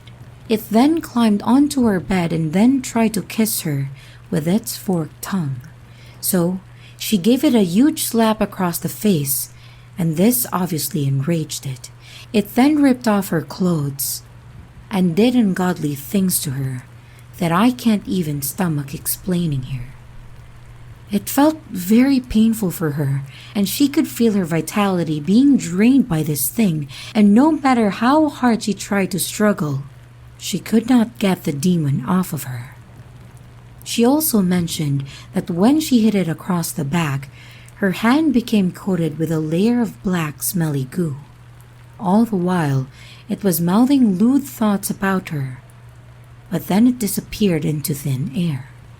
My family became extremely appalled and concerned about what she said, and my father insisted on changing the hotel, although my mother told him that it was pointless, since it was the holiday season and it was already midnight. As such, we fetched my and my brother's belongings and brought them into my parents' room, where we pretty much stayed awake for the entire night. Needless to say, we checked out of the following morning, and when we related our horrific experiences to the receptionist, we were greeted by surprised expressions. Apparently, ghostly happenings were frequent in this hotel, but this was the first time a sexual attack by a spirit actually occurred. Nonetheless, they offered to refund us our money, and we gladly accepted it. We felt that the hotel cannot be held responsible for this. Over the next few days, my family brought my sister to several temples throughout the city, trying to understand what exactly had happened, or rather, why that thing chose to attack her. Finally, we chanced upon this old luangpor, or a head priest, who explained to us that it was a demonic entity that had targeted my poor sister, and it chose her because she seemed vulnerable since she was exhausted. But he then reassured us that although the attack was savage and traumatizing, she had not been harmed physically and could bring things back to normal by blessing her. He also gave her a small talisman to ward off any further attacks. My sister has since left the incident behind and is fine as of today, although I do not for a single moment doubt that she has completely forgotten about that fateful night in Bangkok.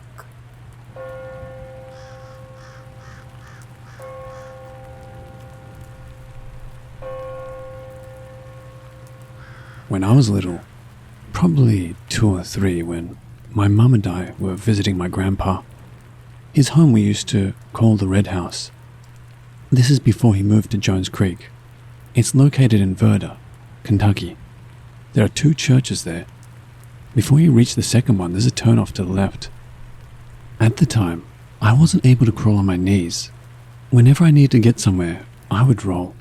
There's a staircase to the right with no railing when you walk in. I must have gotten curious as to what was up there. This is where this story begins to differ. My mum says that she didn't know where I was at and started looking. It scared the dickens out of her.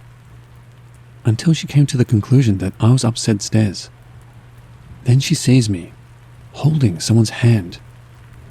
Here's my point of view. Forgive me if I leave stuff out. Back up to where my mum is looking for me, and after getting up the stairs, I have 3 uncles, 2 brothers on my grandma's side. One lives here in Kentucky, the other lives in North Carolina. At the upper level of the house, there's the room of my 3rd uncle, whose name was Keith, a brother on my mother's side. He passed 3 years ago, right before Christmas. I used to see him playing some kind of fighting game on the SNES, asking me if I wanted to join in. After I said yes, he teaches me the controls. Later on I managed to beat, I think, either 3 or 4 levels. That's when we both heard my mum calling out my name. I remember standing there holding his hand.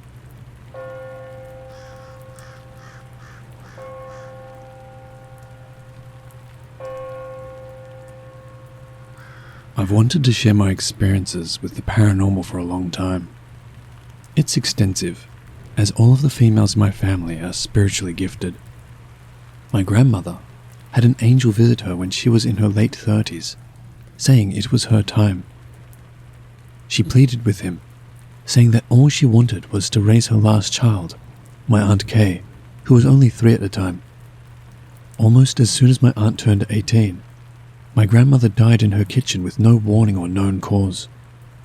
As for my own personal experiences, I've had numerous things happen, and most involved human spirits. My son, who is almost 19 years old, battled cancer as a toddler. We made numerous trips back and forth to the hospital for his extensive treatment. On one trip home, something felt very different. I was in my infant son's nursery, putting him to bed for the night, when I sensed a very obvious presence standing behind me. I turned around but saw no one. It was after that my 5-year-old daughter started complaining that a man was standing in her doorway at night, just watching her. She mentioned it on several occasions. One day, I was in the living room cleaning, and I bent down to get my vacuum ready. When I raised back up, I saw a man standing next to me, wearing a red and black flannel shirt and blue jeans. He was there for a split second, but he looked solid. Several years later, we had moved from the apartment that the previous experience happened in, but we continued to have creepy things happen. One that truly stands out in my memory was witnessed by myself, my then husband, and 2 of our children. We had just arrived home from church, and we all saw a blonde-headed boy, maybe 10 years old, walk through the living room and into the bathroom. We saw him turn the light on and close the door. Assuming it was one of our sons, we waited a bit. We suddenly realized that the bathroom light was no longer shining from beneath the closed door, so I went to check. No one was in the bathroom, and we had kept our eyes on the door because we all needed our turn to wash up. No one exited the bathroom after we saw the boy go inside. The final experience I'll share with you involves the last place we lived. It was a badly run trailer park, and none of us liked it. There was an empty trailer behind our home, and my kids, now teenagers, were curious to check it out.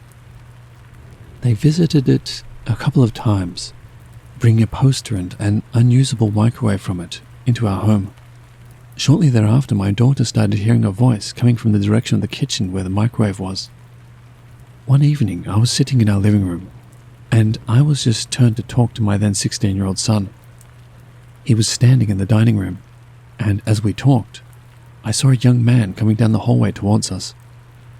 He had long, blonde hair and was wearing a white t-shirt and ripped jeans. He was looking right at me, and the sadness in his eyes was unmistakable. Then, he just vanished in front of me. Several days later, I was standing in my daughter's room talking with her. The back door was just outside her bedroom door. I glanced behind me and saw the exact same young man. He was staring at me again, with the same forlorn expression. I'm Christian, and I decided to pray for his spirit to find peace. After that incident, I never saw him again, and the voices from the microwave stopped. We found out shortly thereafter that a murder had been committed in the trailer behind us. I feel like his sadness came from being betrayed by someone he trusted. I still think about him, and I hope his spirit has found peace with God.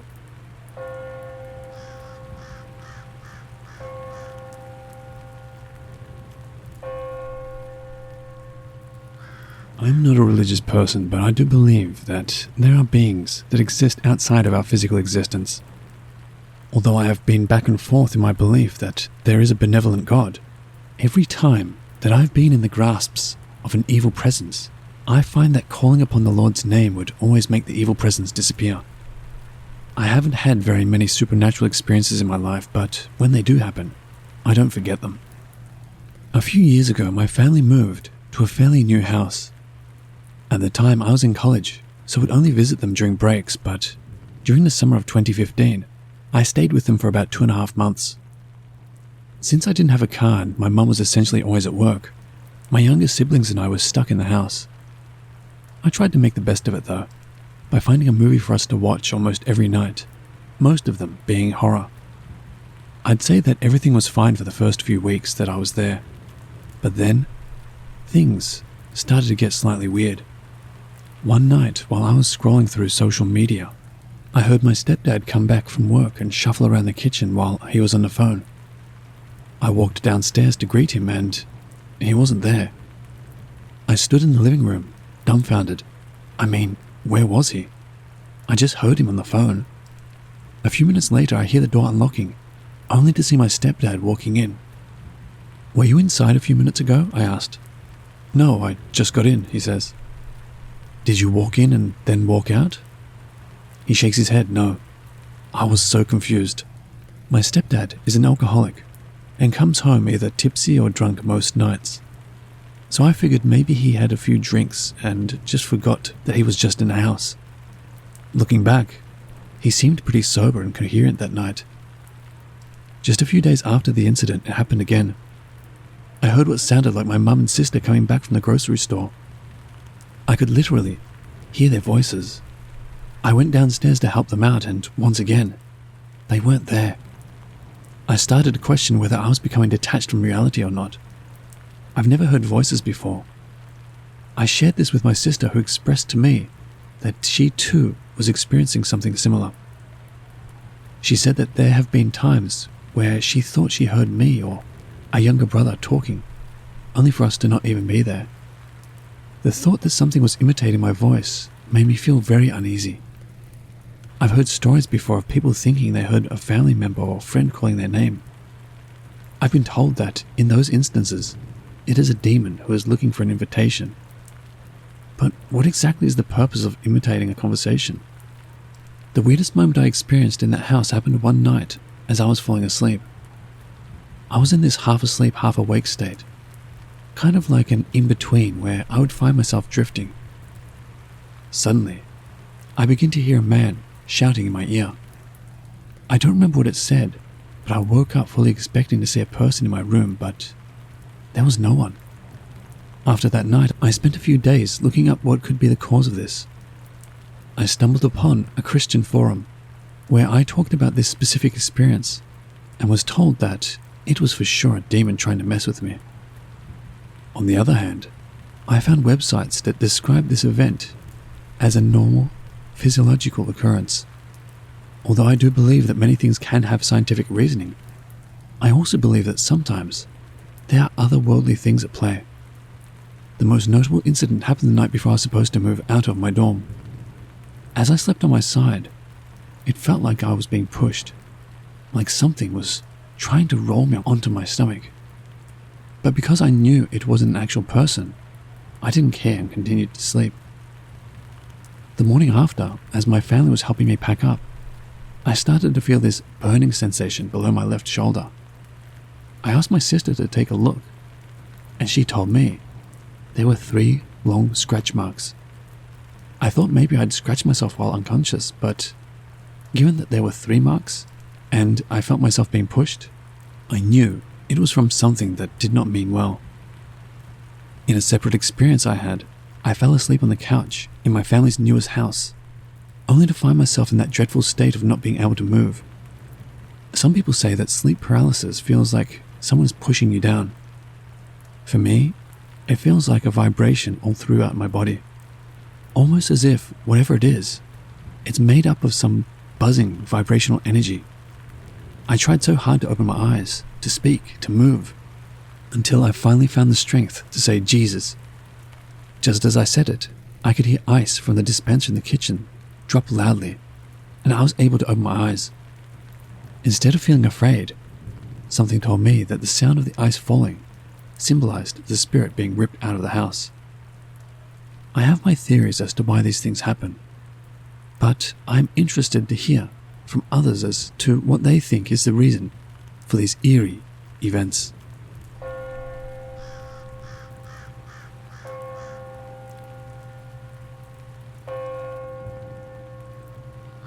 I had my first paranormal experience when I was 5, and that's a story for another day. But when I moved in with my mum, it got worse. All the women on my mum's side of the family have, let's say, an ability most don't have. But my mum has always had these experiences. I would occasionally see things, and so did my 3 sisters. It wasn't something that really bothered us, so I guess we were used to weird things happening to us, especially if you were around my mother. Later, we would, or at least I would, notice that it was following her. I can never remember living anywhere with her that something wasn't there, and I call it because I don't know what it was and still don't to this day. I really don't know how to describe it. It just is. Well, in 1992 we lived in this small blue house. This was the first actual house we would ever live in. Now, I grew up very poor, so we didn't live in the best of places. Remember I said in the beginning of this email that my sister and I were used to weird things happening to us? But this would be the first time I'd actually be terrified. That year, it froze. When I say that, I mean everything was frozen, which is unusual for Pasadena, Texas. Getting snow or even freezing temperatures just doesn't happen this far south. It's rare, and when we do, we remember it, especially since with the slightest whiff of cold and a Texas teenager knows, the schools close. That whole month, it seemed like everything creepy wanted to happen. From cabinets slamming, lights turning off and on, the smell of death for no reason, and just your normal creepy things we were used to. It just seemed like all the activity was amplified. Not sure why I remember it happening like a build-up, as if it was angrier than usual. I don't know. Even my sister Sabrina remembers it that way. Well, after weeks of this, right before the school holiday break, it froze, so we got an extra week off school, making 3 full weeks at home. One night my mum was at work, stepfather was in jail, 2 older sisters at friends' homes spending the night. This left me and my sister Sabrina alone for a few hours until my mum got off work. We go roller skating so we don't spend too much time inside the house. We know it's scary, so we leave. After a few hours, we have to go home. Well, we were not prepared for what we walked into smelling and seeing. As soon as we walked inside, the smell of 2-week-old roadkill all of a sudden hit us. Not only that, but it's very cold inside, like freezing cold. The smell was intense, to put it lightly. Almost like thick air. Couldn't breathe type thick. Sabrina and I giggle, make a joke about ghost farts and such to ease the creepiness. This works for maybe a total of 2 minutes. Shortly thereafter said fart jokes, the crack in the kitchen flooring started wiggling. We both could hear it, but didn't pay attention to it. Again, we were used to this stuff. I got this feeling of dread and fear. I was shaking, and had no clue why. but I also had this feeling like I needed to look at the flooring. I wish I hadn't, but 12-year-old me does. There were maggots coming up out of the flooring. I mean, as if something was dead right there. As if a piece of roadkill was under the flooring that had peeled back. I'm staring at the maggots, wondering where they came from. I looked over at my sister and tell her about what I'm seeing, and she looks too. Her and I are now seeing these maggots, seemingly from nowhere, coming out of the flooring. But right then, my sister looks up and sees flies. I mean a lot of flies. The hum of the flies was so intense, it felt like it tickled the inside of my ears. Anyway, my sister and I start actively trying to clean the maggots because, gross, right? Right when we start to clean, my mum comes home. She takes one look and her face went pale. I mean, she looked as if she had 0 blood pale. She immediately tells us to open the doors and start praying. She's not saying this calmly either. Needless to say, now my sister and I are terrified. But we do pray, shaking, terrified and crying, all the while hoping it works. We clean the maggots and got all the flies out of the house. All the while, thinking flies in winter? You'd think that's where it would stop that night, right? But no, it doesn't. We do check under the house because it's lifted above ground for the source of the maggots. Absolutely nothing. No reason, and our dogs refuse to go inside their homes, which are placed under the house. The dogs were weary of something under the house. My sister and I go back inside and try to forget about what just happened 10 minutes ago. After a few hours, we eventually fall asleep. I don't remember falling asleep, but I guess I did. For some reason, I wake up having that same feeling of dread. So I sit up and look over, thinking hopefully my sister is awake, when I see something sitting on her back. I could see through it, but it was this black mass that looked like a man, but not a man, like a wolf, mixed with a man.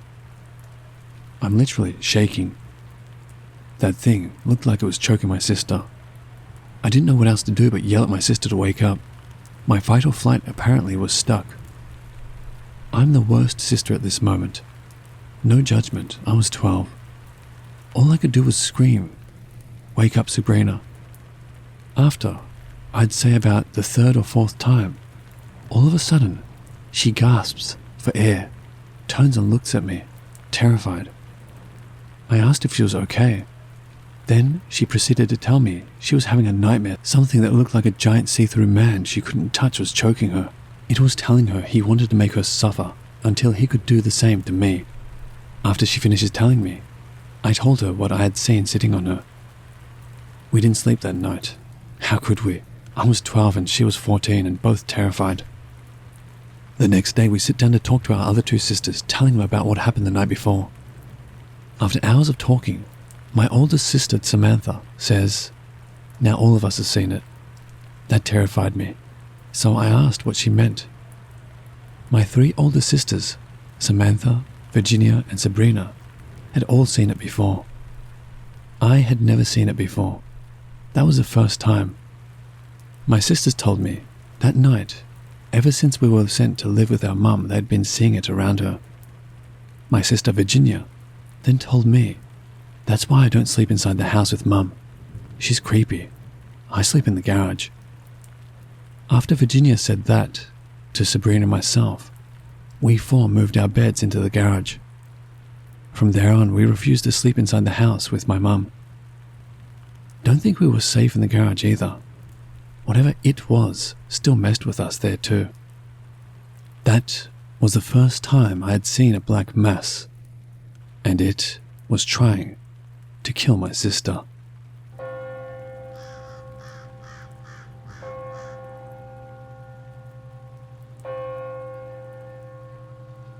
To avoid confusion later on, the house I grew up in looked like a 1-story house from the outside, but the downstairs level was underground. It consisted mostly of a living room and a hallway that led to my bedroom on the left and the playroom on the right. When I was a kid, I used to love pretending to be an animal and would often pass the time that way. I don't remember exactly how old I was on this particular night, but I was somewhere between 6 to 8 years old. My parents were watching TV in the living room, and I was off to the side, a few feet away, pretending to be a cat and jumping over the treadmill, then turning around and jumping over it again in the opposite direction. I had done this a few times, and at one point, I had jumped over the treadmill, back to my parents, and facing the hallway. I was about to turn around to jump again, when something caught my eye down the hallway. I saw a shadowy figure run across the hallway from my bedroom into the playroom. He then peeked out at me from the playroom for a moment, before stepping back into the room. As soon as I saw him, I was frozen in place by fear.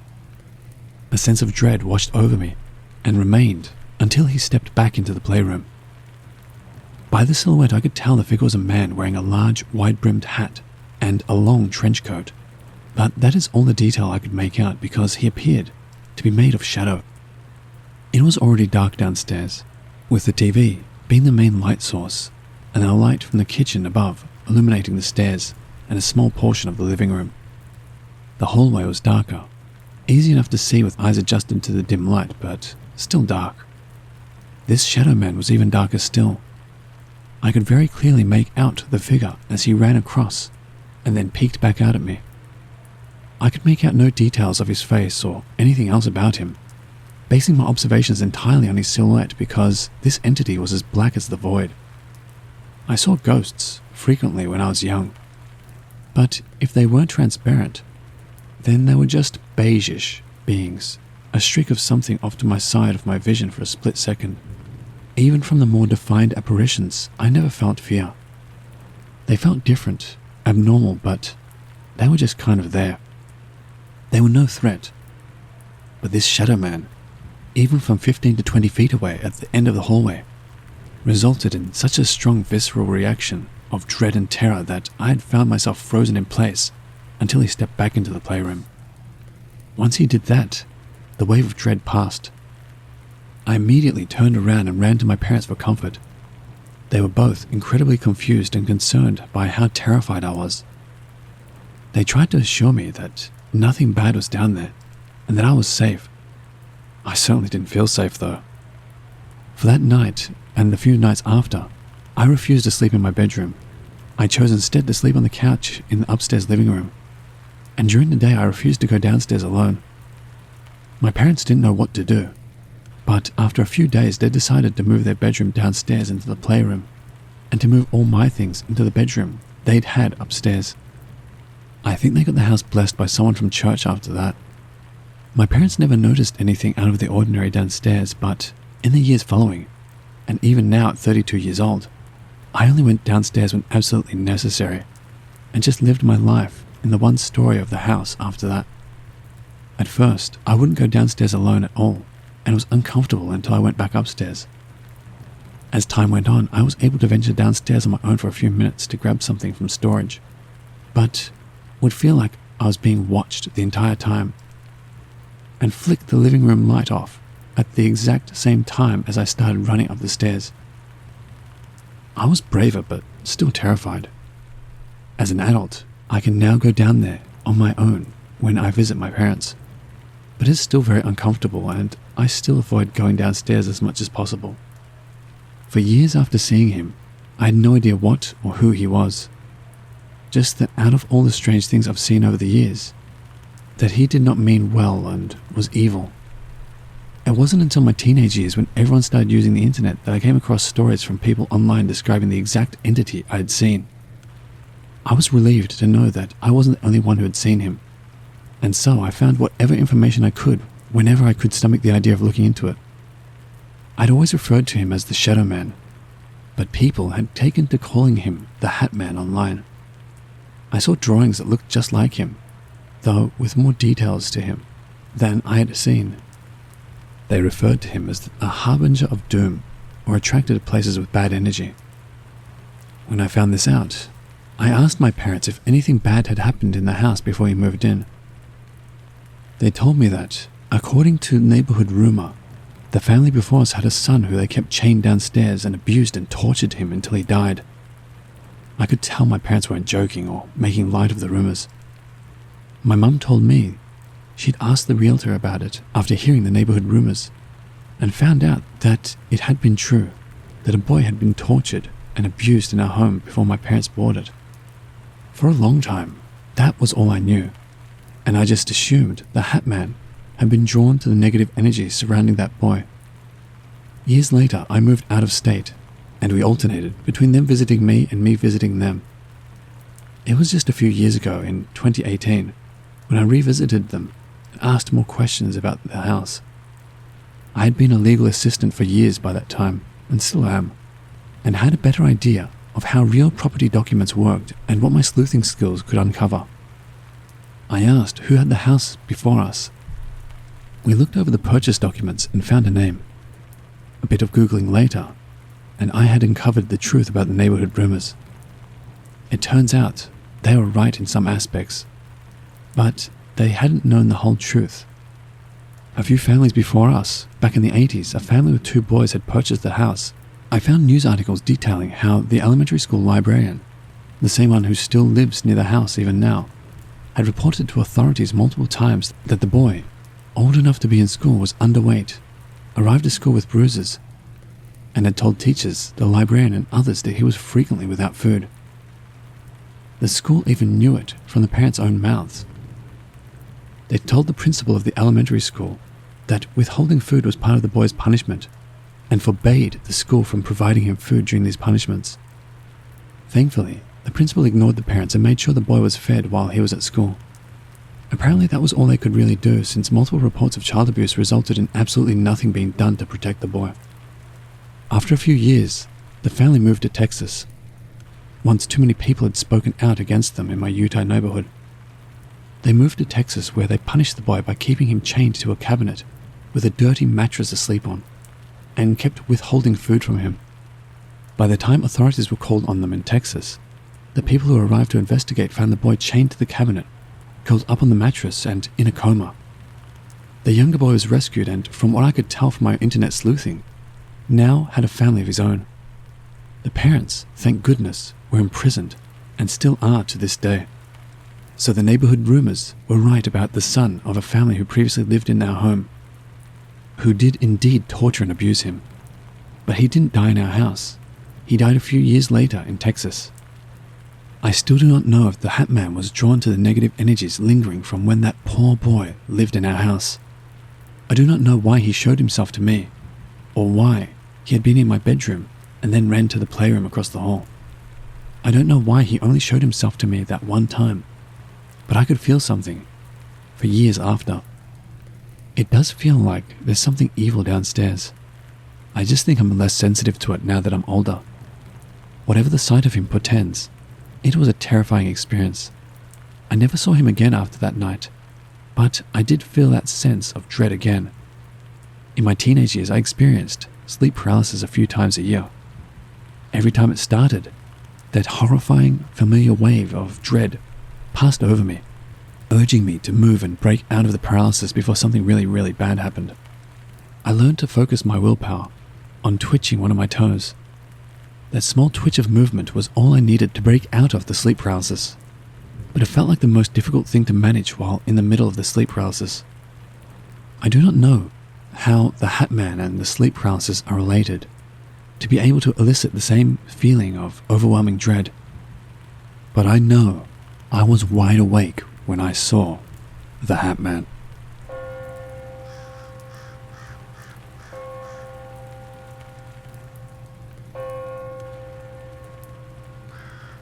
A few years back, I was covering weekend shifts at a movie theater on the north side of Pueblo, Colorado. I don't remember the year, just that Hotel Transylvania 2 and a Tom Hanks spy movie was playing. I was armed security down there because the theater tended to see large numbers of customers, and sadly those guests would smoke weed in the bathroom, get in fistfights, sneak into other theaters, so it was regularly a long shift. The shifts tended to be 5 p.m. to 2:30 a.m. when the last show gets out for the night. I don't know any history of the theater, but right around October, Odd occurrences began to spark off after 10 p.m. on Friday and Saturday nights. Usually, most kids and family movies didn't go past 10:45, so I only had teenagers and adults to contend with. One Saturday night, close to Halloween, events started to happen very frequently. At around 11, after some movies started their last showings, the assistant manager and I were walking the hallways and checking empty theatres. She was a young student at the university not far from the theatre, very mature and straight-faced. While we were in the empty theatre that just let out, we began seeing light flashes, but not like the lights for the walkway or overhead, more like a flashlight, but an older, dimmer one. We couldn't find the origin of the light, so we maybe thought it was a technician that would check on the reels and projection devices. After leaving the theatre and checking on a smaller concession stand, I was leaning over the counter as she was collecting the money from the register, placing the cash in a bank bag. While standing there just talking about pointless junk, the soda machine started spraying from 3 of the 8 spouts. The assistant manager yelped and literally jumped backwards. Frazzled, she grabbed the bank bag and declared that she was returning to the main office. I continued checking active theatres to ensure no one was conducting themselves inappropriately, and to my pleasant surprise, no one was doing anything that warranted me to get involved. I shortly after returned to the main lobby, where a few employees remained, all doing some end-of-the-night cleaning task. I, waiting for the second-to-last showing of the night to let out, decided to hang out in a little arcade to kill time. Sitting on a chair next to the Time Crisis 3 machine, I was mindlessly scrolling Facebook, regularly checking my watch to see if the movie was about to end, when a basketball shooting hoops game siren belted out and flashed. The assistant manager walked in and jokingly said, "Hit the high score?" I looked at her and then looked at the game. I've been sitting here for about 15-20 minutes. She then told me that the siren only goes off when someone gets over a certain amount of points, but should not have sounded unless played. "There hasn't been anyone in here with me at all," I said. Going pale, she stated she was going on her last break for the night and left out the side service door to have a cigarette. Finally, after 2 hours from what happened in the arcade, the final movie of the night was getting out. I stood by the main exit, thanking people and telling them to have a good night. Just before the last group of people who straggled after using the restrooms left, the technician up in the projection hallway called for the assistant manager, stating that an issue just started. I walked to the theatre the assistant manager was standing in, which was across the hallway from the last movie that was just let out. "Apparently the system hates us," she asserted. I replied with, "What's going on?" The technician joined us in the theatre. A movie was starting and stopping the same 30-second scene and was skipping and restarting like a song on a scratch CD. Because of this weird defect, the assistant manager released the regular staff and ushers for the night, but her, the technician and I stayed for a while longer. The technician was able to stop and fix the issue, but I couldn't tell you what he did or even how the issue started. Now the 3 of us were finally leaving, and it was just before 3 a.m. As the assistant manager was setting the alarm, the basketball arcade game's high score siren went off again. The technician and I went over to see if maybe someone was hiding in the arcade, but neither of us could find anyone. But I remember standing in that little arcade, looking around and how unusually cold it had become. Again, this was October in Colorado, so being cold is 50-50. But this felt like a blast of AC. After 10 minutes of not finding anything, we all left with no further incident. I, to this day, don't know if it was all odd occurrences or paranormal, but I have a feeling a playful poltergeist made themselves known.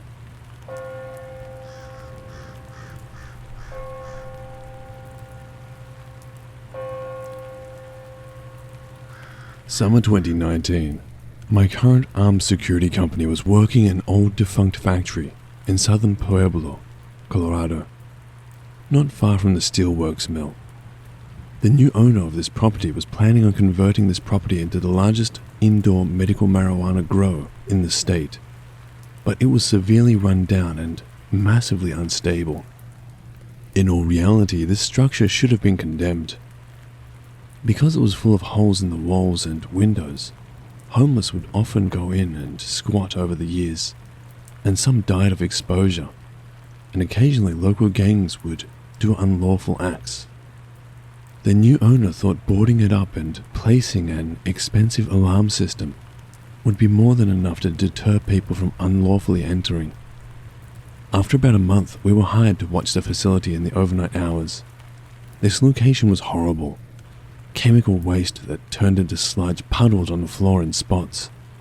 Bullet holes riddled the walls and pillars in the back warehouse. Black mold and other issues were present. The old foreman overlook office was structurally unsafe, connected to a no longer existent catwalk. For the first 2 or so months, I didn't work the site, but was hearing about other officers who encountered a phenomenon that seemed otherworldly. Even one of my staff getting a rosary blessed by his priest to wear while working there. Now, being a very hot and dry area of the state, the summers in Pueblo were unforgiving in our all-black uniforms and level 3A soft armor vests. And the dark of the night wasn't much of a relief. In late May, I had my first scheduled shift. I wasn't told by our supervisor until just after 9 p.m. that the alarm system was temporarily shut off. So I had to enter this disgusting place to ensure that no one was inside. Luckily, we were provided breathing apparatuses because of the chemical waste and mold. The inside warehouses were massive, breaking into smaller bays and rooms that had high concrete walls. It looked more like a bunker than an old factory. I started with the smaller front offices. All seemed relatively fine until I found the kitchen area or break room. All I know for sure is it had a sink and a broken disconnected stove. In the corner of the room behind the stove was a fully formed, painted pentagram with Jewish symbols at each point. A tightening chill ran through my back, but I kept moving forward. Further down, when I entered the northern warehouse, I noticed mist coming from my breath, like when you exhale during the winter. This was May, a relatively hot month, and especially for Pueblo. I didn't feel cold and wasn't smoking in the building, so this made no logical sense. As I was pondering this, my LED rechargeable flashlight began dimming aggressively. I charged the battery for a full 8 hours the night before, and it was still relatively new. But a drain like this I've never seen on any battery-operated flashlight. I was starting to feel like maybe the others I heard stories from were not over-exaggerating at the time the sinister feel to this place. I pulled out my phaser enforcer, basically a variant of the taser, and pressed onward down the darkened room. The feeling of eyes fixed on me was incredible, yet no visible person or animal was seen. I finally reached the adjoining corridor that leads into the back storage hallway, but this was still a massive room, extending most of the length of the building, and large enough for pallet loaders to pass by each other. I went down about 50 yards, still in darkness except for my phaser's light, when I came upon a rear door that opened out to the train yard. I decided that now's a good time to stop and have a cigarette to calm myself a little, as creepy wasn't part of the training. After 2 or 3 drags, a loud, guttural echoing hiss rang out menacingly from the side I had yet checked. The cavernous hallway surely must have amplified it, I thought. I stopped the butt quickly and secured the door behind me. I held my phaser at low, ready in my offhand, and my other was pressed to my sidearm, ready to draw on a moment's notice. I then realized the back area that this hole ended in was into a loading dock. Wooden boards covered the bay doors. Winds and the only peak of light bleeding in was the weather siding on one of the rolling doors that had come loose. The only walking entrance was at the far end, past all 6 bays. I scanned each corner of the room. It was large but greatly smaller compared to the warehouse rooms, so it was much quicker to check. But nothing seemed to be here that could make a hissing noise. No animals, no old equipment, and no machinery. I checked the door at the far end to ensure it was locked, then retraced my path from the front office. The whole time making way towards the exit, I felt that someone or something was in tow on my heel. I reached the front entrance, but found I had somehow been locked in. This frightened me, as the only way to currently lock this door was using a padlock on the exterior, and I had the lock in my pocket. I started kicking the door to open it, getting a little heated. But just before the fourth kick, I heard a voice from the other side yell stop. The voice said that he was an officer with the Pueblo Police Department, and I identified myself as well. He and another officer opened the door, as somehow a small roofing nail that was thick enough to lodge into the slot got in the hole. But it doesn't explain the latch being closed. I was telling the officers that the alarm was not functioning, and I was checking to ensure one entered. The older of the two officers informed me that I was nuts, as they never enter that building unless they have a minimum of 4 officers. As I was placing the actual lock back on to secure the door, still speaking with the cops, I asked them what they came here for. We received a 911 call from this location. I replied with, like, from inside the building? One of them went to their car and double-checked and confirmed that it came from inside and listed to the property. You guys might not want to hear this, but the phones, plumbing and electricity are all shut off in this place, I said while confirming this with a point of contact in the contract. They stayed for a few minutes more before leaving, and I didn't go back in for the rest of the night. The next day after that shift, I woke up to find 9 scratches on my back and felt like I had no energy, like I had the worst hangover ever without drinking. I ended up having to call off for the shift at a different location because I was so weak and drained.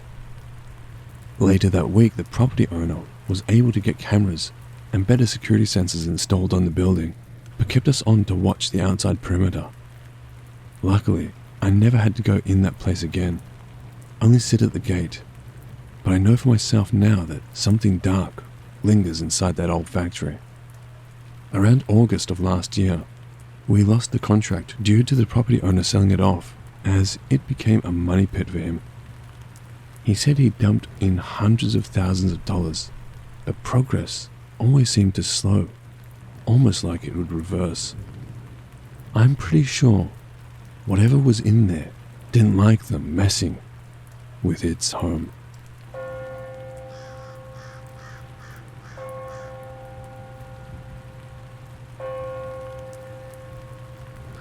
Starting off, this happened nearly 10 years ago, but I recently spoke with an old co-worker that I ran into again, and talking about the old days, it was brought up.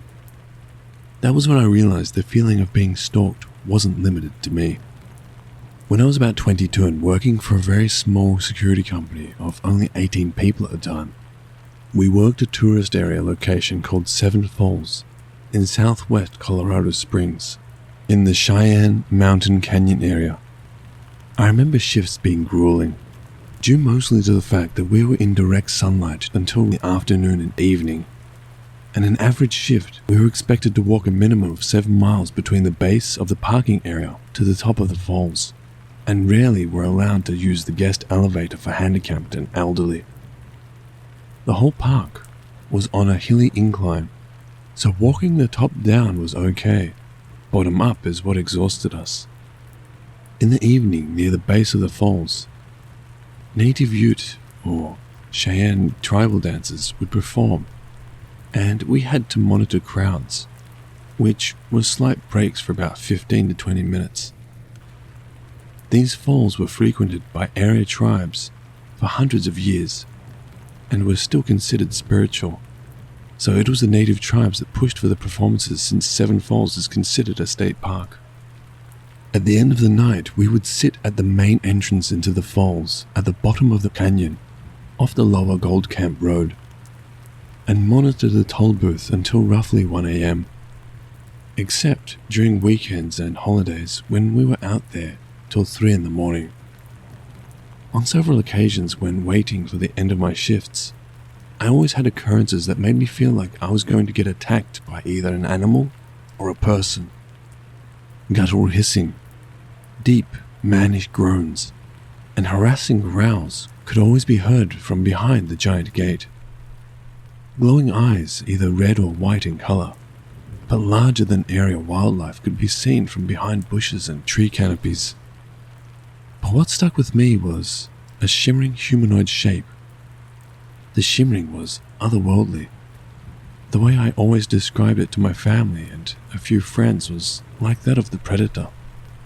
My first work firearm was an older Smith & Wesson semi-automatic single-stack pistol that was my dad's when he worked for the Fountain Police Department.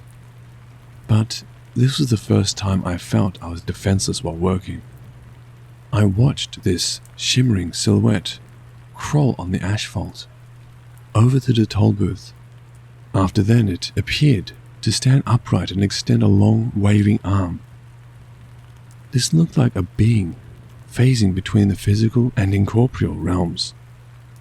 As I shifted my weight to get a closer look, as I was awestruck, the glowing reddish eyes slowly came back in focus. Then in a snap, I hear what sounds like an animal climbing up the side of the toll booth gutter, and watched as the shimmer jumped to a tree, no less than 20 feet away. From here the shimmer jumped again. This time a broken branch fell from the tree.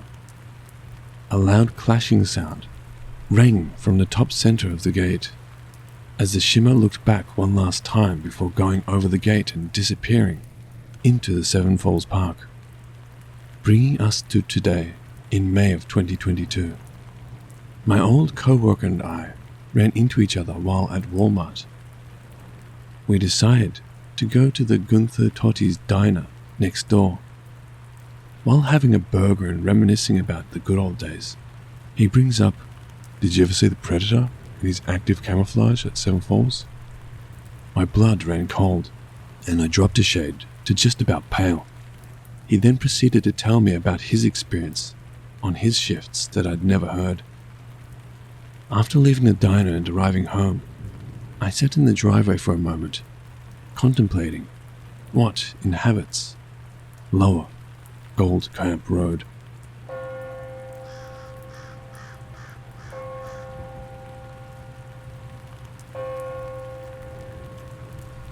I work armed security in Colorado Springs, and a few months ago, a contract ended that we had for a couple of years.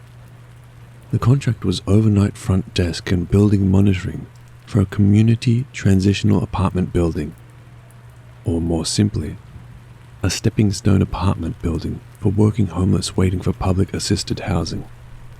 I hadn't worked this location since last summer, 2021, and the contract ended early 2022.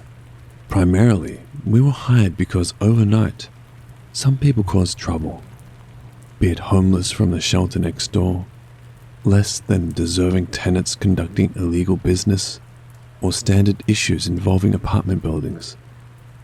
Security was limited on what we were able to handle, as the building was ran by the shelter and leasing through DHS in the state. I asked to be pulled after a 2-month rotation working there twice a week, because hey, staring at cameras and walking a small 4-story building for 12 hours at a time is boring. Now to the meat and potatoes of the post. While working there, I got to know a really cool older guy named David. David was a veteran that ended up getting caught up in drugs and alcohol when he got out of the military in the late 80s. Though he was homeless for most of his adult life, David never asked for handouts, but instead worked off any debt he felt needed. Even though David was clean from drugs and alcohol for over a decade when I met him, he was suffering from that lifestyle in his old age.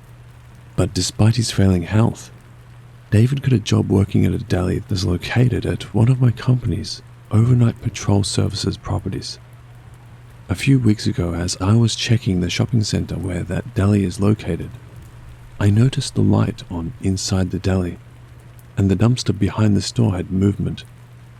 I checked it out to find David standing next to the trash bags, smoking a cigarette. After a brief friendly chat catching up, I told David I had to get back on the road, but would be back later in the night. Happily he acknowledged, but asked if I could do him a favour and bring him a fresh pack of Newport Reds, as he would be there for a while. I agreed, as he said, I just wanted to say thank you for being kind to me. 2 hours later, I returned with the cigarettes and a gas station fruit pie. As I come behind this deli, I saw a food delivery truck and a couple of his co-workers unloading. I parked and walked up to them, asking if David was still there. Confused, the men replied that David was dead. Upset, I replied that was not funny. But the man said seriously that David died just after Valentine's Day on his way home from his shift at the deli from a heart attack. Not believing what the men were saying, I stopped at the transitional apartment building on my way to another property to drop off the cigarettes. At the front desk, the new security confirmed what the men at the deli said.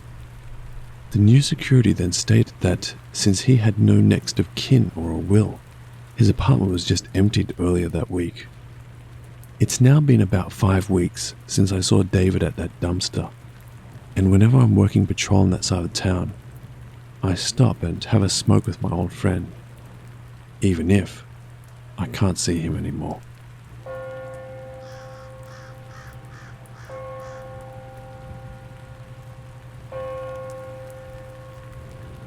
Starting off, I normally work armed security and deal with crazy things on regular duty. But occasionally, senior officers get scheduled for extra duty shifts at a wedding reception hall in Black Forest, Colorado, and these shifts are mind-numbing. Uniformed yet unarmed except for our search gloves, essentially bouncers with badges, as one co-worker puts it. Primarily, we are there for the business's liquor license, making sure no drinks are going in or out the door. Recently, I was sent there last minute to cover another officer who called in. Upon arrival, I noticed it was a large Hispanic wedding party, much larger than most events I've worked at the place. I checked in at the bar and then returned to the front door to post up. After the wedding ceremony wraps up and guests were roaming around, waiting for the reception to start, I start getting asked the standard questions at these types of shifts. After 30 or so minutes, the guests fill the reception hall and the wedding party prepares to enter for the reception, with the bride and groom standing closest to me. Usually, when the wedding parties are about to make their grand entrances into the receptions, most people don't leave their tables, so I began listening to YouTube videos. Right as the video I'm listening to starts the second tale, and the best man and maid of honor are being introduced, the bride screams, "Grandmother." I look up sharply to see an older-looking woman's backside shuffle behind the doors to the chapel. At first, I assumed maybe this was an older woman with a mental disorder like Alzheimer's or dementia, until the guests start flooding into the main front hallway. The bride runs over and asks, "Did you see my grandmother?" Sharply, I replied, "The lady that walked into the chapel?" The bride began to break down crying as her family swarmed back into the chapel. As the reception was put on a hold until the bride recovered and fixed her makeup, the wedding planner and I were standing at the door talking. The groom came over and asked again if I saw a woman. Still not putting two and two together, I said yes and asked why it was such a big deal. The groom started telling the wedding planner and I that the bride was the youngest granddaughter, and her grandmother were very close. The grandmother always exclaimed to the bride that she couldn't leave the earth peacefully until her Rosa del Desierto, desert rose, married a good man. Well, the night the couple got engaged, the grandmother passed. The day of the wedding, the bride was emotionally overwhelmed to start. She was presented with a locket with her grandmother's ashes. The bridesmaids announced that they were ready to resume the reception. And as they announced the bride and groom for the first time during their entrance, the wedding planner leaned over and whispered, "Guess Grandma made the wedding regardless."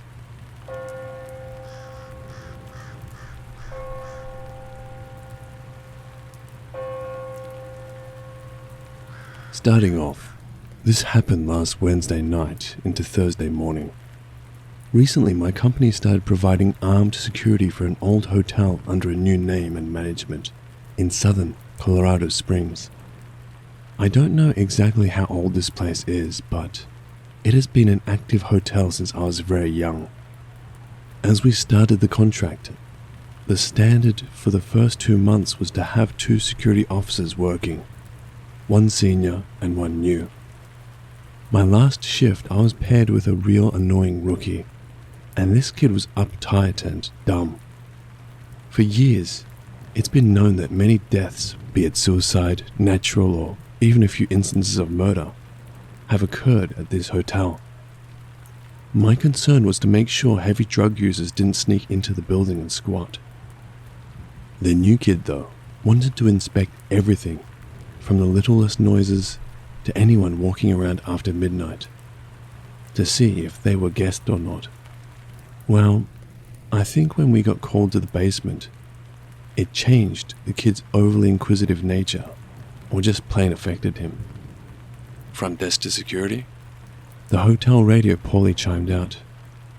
Go for security, I replied, thinking it was another guest call complaining about their neighbor or a homeless person in the lobby. Can you both check the basement? A motion sensor trip was sent to the front desk switchboard, and I wasn't down there. You'll have to come get the key for the access stairs. The night auditor said, half awake. Thinking to myself, if we have to get a key to access it, how would have someone gotten down there? As we approached the front desk, the night auditor stated that the switchboard had gone off twice more since she called us, less than 3 minutes earlier. So, curious, I asked, how could someone get down there without a key to the stairwell door? Oh, I forgot to mention that elevator is broken.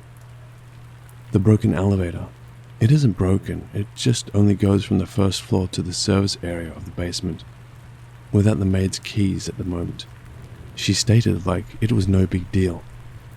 Annoyed, I grabbed the key off the counter and told the rookie to look alive in case someone went down there, knowing that bit of information. At the mouth of the basement behind the doors, we began hearing heavy moans and breathing that sounded like it could have either been directly behind the door or on the complete other side of the basement. Before we go in, I am the lead officer. You will not do anything unless I tell you to. Stay on my 6 and follow my lead. Do you understand? I barked at the rookie, to which he did a quick but confident nod. I pushed open the door and announced, Security. If anyone is here, announce yourself now. As this is standard for when we enter an area on most of our properties when suspected trespassers are present. The rookie followed in behind me as I proceeded. The safety lights were on every other fixture, so we didn't feel it necessary to turn on the full lights, since there was enough light to see everything clearly. Towards the complete opposite side of the basement, we began to hear what sounded like someone jingling a large key ring. My first thought was, oh joy, another meth head. As I began moving down the corridor, I heard the sound of the hood of a holster disengage. Pissed, I turned around to chastise the rookie for drawing his gun, but angry, turned to confusion. He was standing there, pale and fixated, eyes forward. Did you hear that? He stammered. I replied, it might just be a machine switching, but remember, follow my lead. Now, thinking that there was someone at the end of the corridor in the main laundry, I unsnapped my taser latch just in case.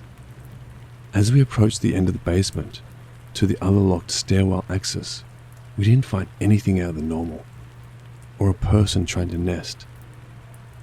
But as we reached the freight elevator, we found a sign that set the next set of events in motion. The sign read, Security. All elevator access to the basement will be unavailable overnight from the 1st to the 12th. If you need access, get the key from the desk. I took a picture to show the night auditor, but got a chill while doing so. As the rookie and I began double-checking every area on the way back to the stairs we came in from, we started experiencing minor paranormal occurrences, starting after the rookie found a few spiritual items while still in the main laundry, towards the far back secondary stairs, the rookie found an unburned bundle of white sage, wrapped in white lace, sitting on top of one of the large machines. Not knowing anything about sage, the rookie quickly snatched it off the machine. "Hey, I think I found a weird joint." I turned to see him holding the bundle of white sage. "Hey, dumbass, put that down. It's not marijuana. It's cleansing sage." This kid didn't know anything about paranormal phenomenon or how to protect against it, so I told him not to pick up anything, especially if it isn't something he is familiar with. After he put it back where he grabbed it from, the first occurrence happened.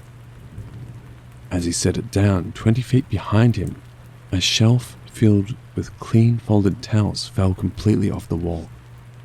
As we documented it for a report, a small snicker came from further up the corridor, but only like a split second of a snicker. We began moving up to the next section where the overstocked furniture and appliances were stored. An overhead pipe that was not leaking when we passed under it earlier was now leaking, like a huge crack just happened. I thought this was odd because I was sure with the amount of water leaking, we would have heard it regardless of our location in the basement. As I was inspecting the pipe for the point of the leak, the rookie yet again picked up something. "Hey, this isn't sage too, is it?" I see him smelling Palo Santo wood, tied with a red ribbon. "Dude," I replied, exhausted, when he just drops it. I looked down in the puddle of water from the leaking to see a bare footprint within the water. Starting to get freaked out, I stated we need to get back upstairs. We proceeded to the second to last section. Immediately I noticed a cross in the wall that I didn't spot earlier with lavender sage wrapped in purple lace. "Take a quick look around and make sure nothing is going on so we can go," I said, trying not to show that I was getting unnerved. Nothing happened in the section until just before we moved through the double doors, when all the safety lights behind us back to the laundry started flickering. Honestly thinking something was going to happen, but not wanting to show I was starting to freak, I told the rookie to move to the last room. Finally, the last area where we came in from. Luckily, in here was only 2 small planning offices and the hub room. The difference between when we entered the basement till now was that the light was on the inside of the hub room. I told the rookie to watch the hall as I checked the planning offices, which was quick, but when I went back to the hub room to check and turn off the light, I looked down at the server monitor for the main cameras. In the hub room, it had the whole hotel cameras on this one monitor. Up at the front desk, the cameras only show the exterior hallways of the rooms and the pool areas, so I took a glance at the screen and noticed the lights were still flickering in the main laundry. A big pause in the lights occurred and the night vision started to kick on. Slowly, a figure on the screen from the laundry became visible.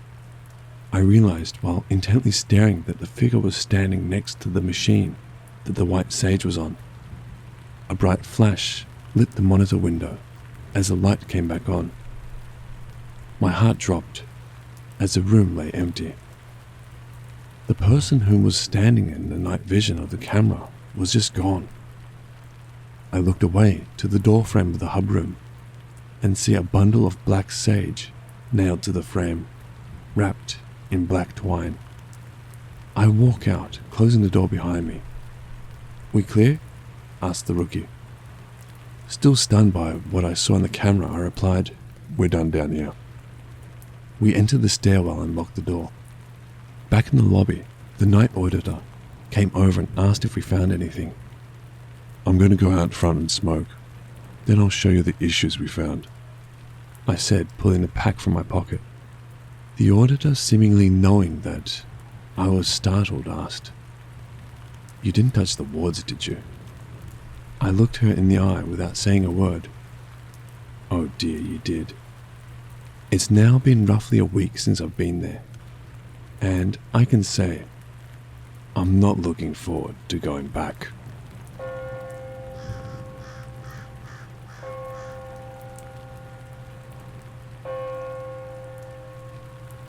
Today my wife and I were out of the house most of the day. When we got home, our dog wasn't around his usual spot, the couch, and didn't run up to us. This scares us a bit because he's old and slowing down. My wife went into the basement to look for him, and he was laying in a balled up towel in the dark, which is something he has never done before. He hasn't been acting sick, and once we went down to get him, he's been fine. After putting some groceries down, I went to take the trash out, which requires walking through our 2-car garage, and then through our attached single-car garage I use as a gym.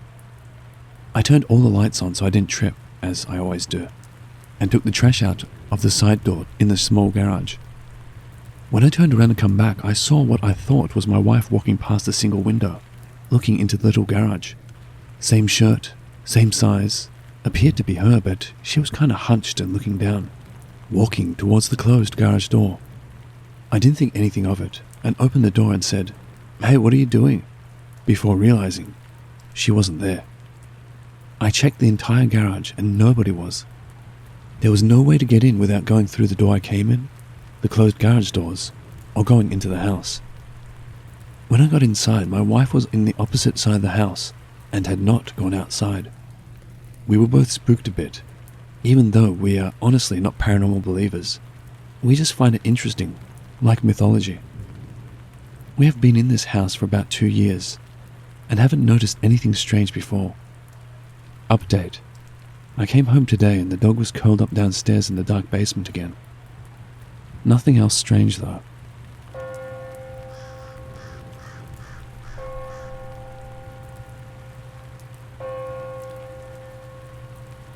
Just 3 days ago, me and my friend went up to Walmart.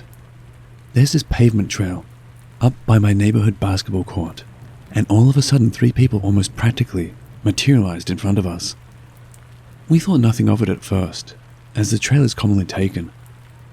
However, upon closer inspection, the people looked just like our 3 friends, down to an exact point. Normally, I would have no problem with this. However, one of the friends had gone to Georgia, and the others were at their house.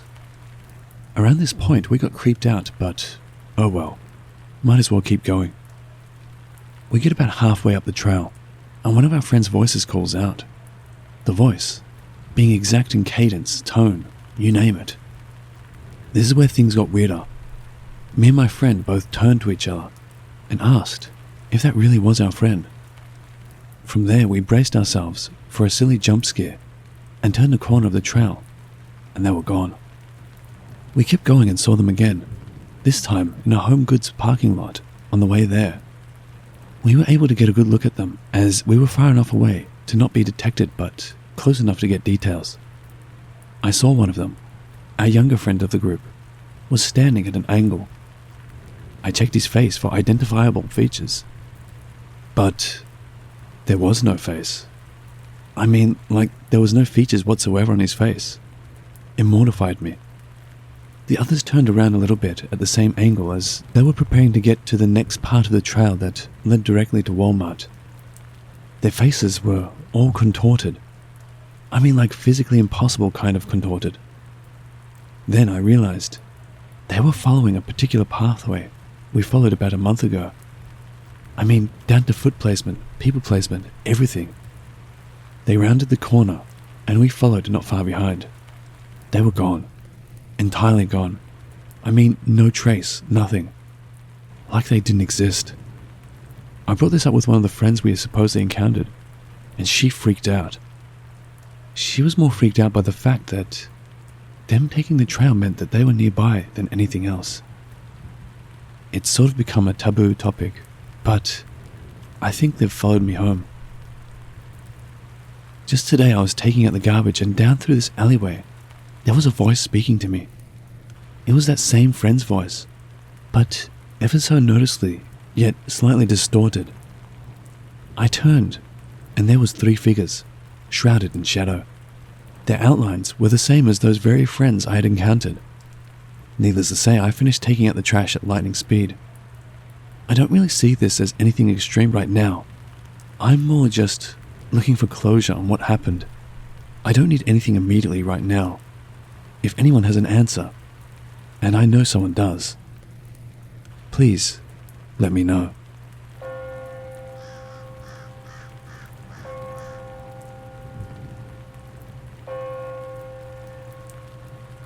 This was several years ago. Statistically, at any given point, there are 2 to 3 people that look exactly like me and you. I don't know if my story will be classified as paranormal, but it happened, and it was pretty weird. So I'll just tell it as it happened. Back in 2014, when I was younger and moles were still a thing, I found myself at the mall. It was the middle of the day. I was in Macy's with my then girlfriend, nothing unusual at the time. We were on the 3rd floor and just got on the escalator going down. A part that I always remember about this specific flight of escalators were the walls. They were completely mirrored and provided an almost funhouse effect when you were riding the escalators. Keep in mind, the next to the escalator we were riding is another one, this one going up to the 3rd floor, where I was leaving. Riding the escalator down and near my girlfriend, I was enjoying the infinite reflections within the mirrors dancing all around me. In the mirror, I found what I believed to be my own reflection. Only, I felt this reflected image of mine was somehow not me. Keep in mind the escalators going down. Trying to find a source of my not quite me reflection, I naturally looked downward. Coming towards me, I see someone who looks exactly like me. His eyes are looking straight ahead, so he didn't see me yet. I stood in amazement as I rode down and he was riding up towards me. He was with a girl that also looked similar to mine. Time slowed down as I made a mental image of what I was seeing. I knew I was meeting my doppelganger, and that this must be an important moment. I should probably pay attention because I wanted to remember every possible detail. The face, the nose, the hair and hairstyle were as the same as me. He had my physical build too. He looked exactly the same height, weight, skin tone and muscle tone as me. What really blew my mind was his clothing. I believe my jaw dropped.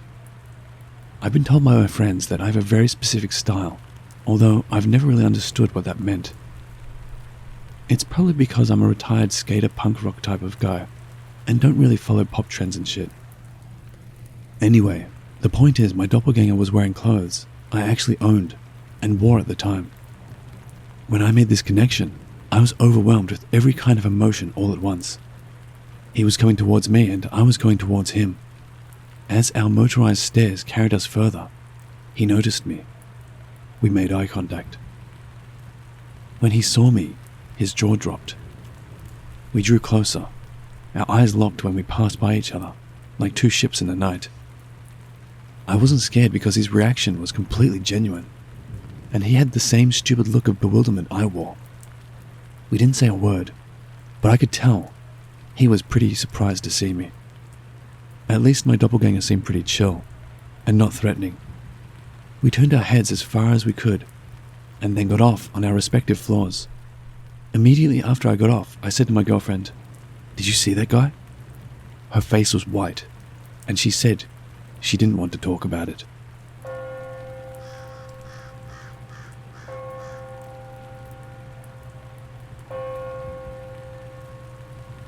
I went to a store in my neighborhood on November the 2nd, 2021, and I bumped into a person who was coming out of the store just as I was heading in.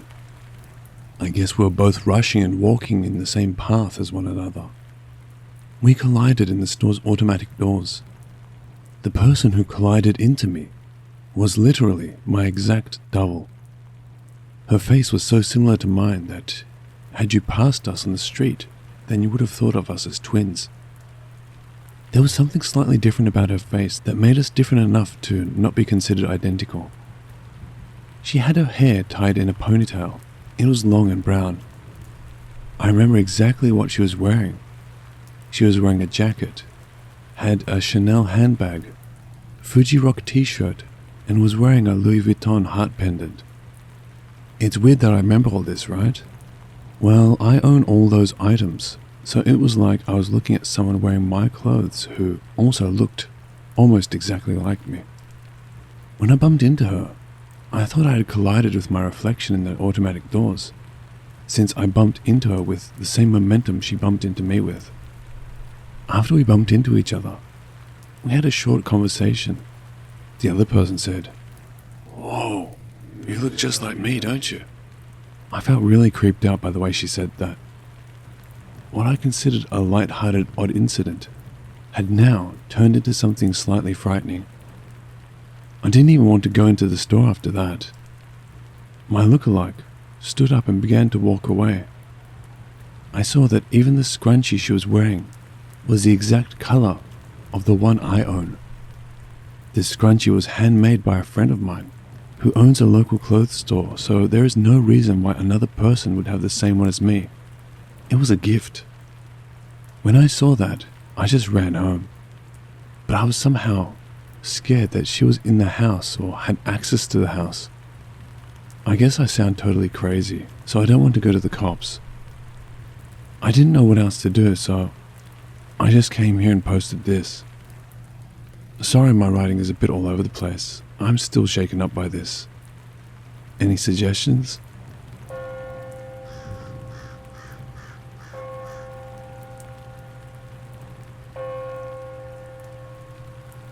Until I was 18, I lived in the Ivory Coast in West Africa, before I moved to France. With my family, we lived in a small residence with only 8 houses reserved for executives of the company of my father. The setting was beautiful, with a pool and a tennis court. But we had experienced so many paranormal encounters while we lived there, and our neighbors as well, that eventually it became sinister to me. It seemed that all the houses in the neighborhood were haunted. When my parents moved, I thanked God, because I didn't like the house or the neighborhood anymore. Well, getting back to the story.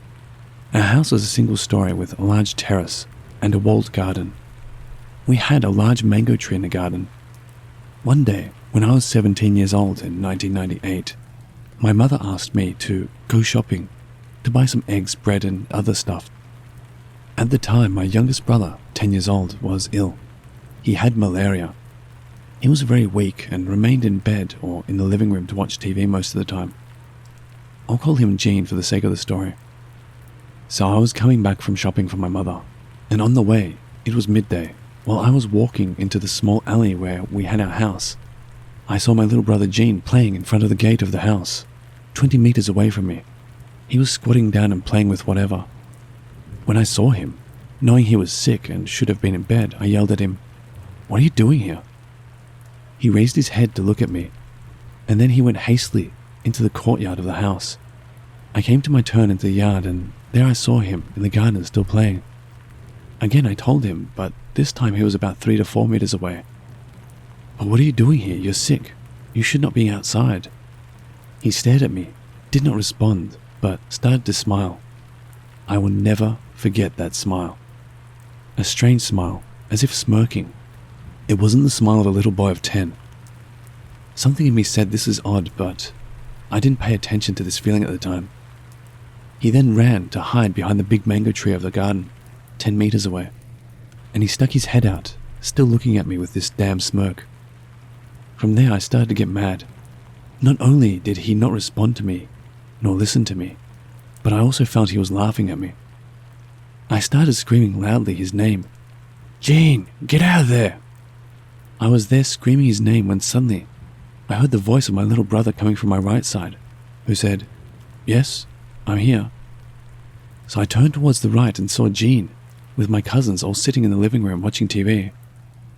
It was him, because he had the head of a weakened patient that he had for several days. I was so surprised that my mouth remained open. I looked to my left, to the mango tree, and still saw the other Gene, hidden behind the mango tree, sticking out his head and looking at me with what was clearly a smirk. It lasted 30 seconds. I turned my head right, and then left to be sure I was not dreaming. On one hand, my true brother. On the other, his double.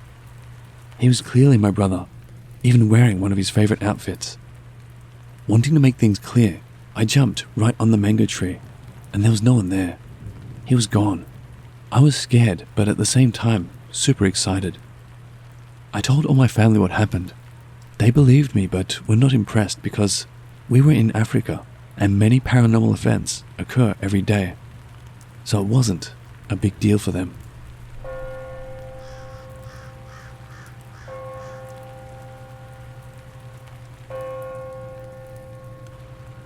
This summer I saw my brother's doppelganger. My brother's a tall and lanky kind of guy, a bit on the bony side too. His frame is pretty easily recognizable in a crowd. Another odd thing about him is he walks very purposefully, as if he is late for something. I saw my brother's doppelganger 3 times this summer. We live in the countryside and there is just one train station nearby. Since our town is really small, you come to recognize people who use that station and the faces you see in the town, the grocery store, the bank, etc. The town's so small that if someone's friend or family members were visiting, you could spot them almost instantly. On the train, I would say there are about 30 average daily commuters who use that station. So if someone looked exactly like your brother, then you'd notice them immediately.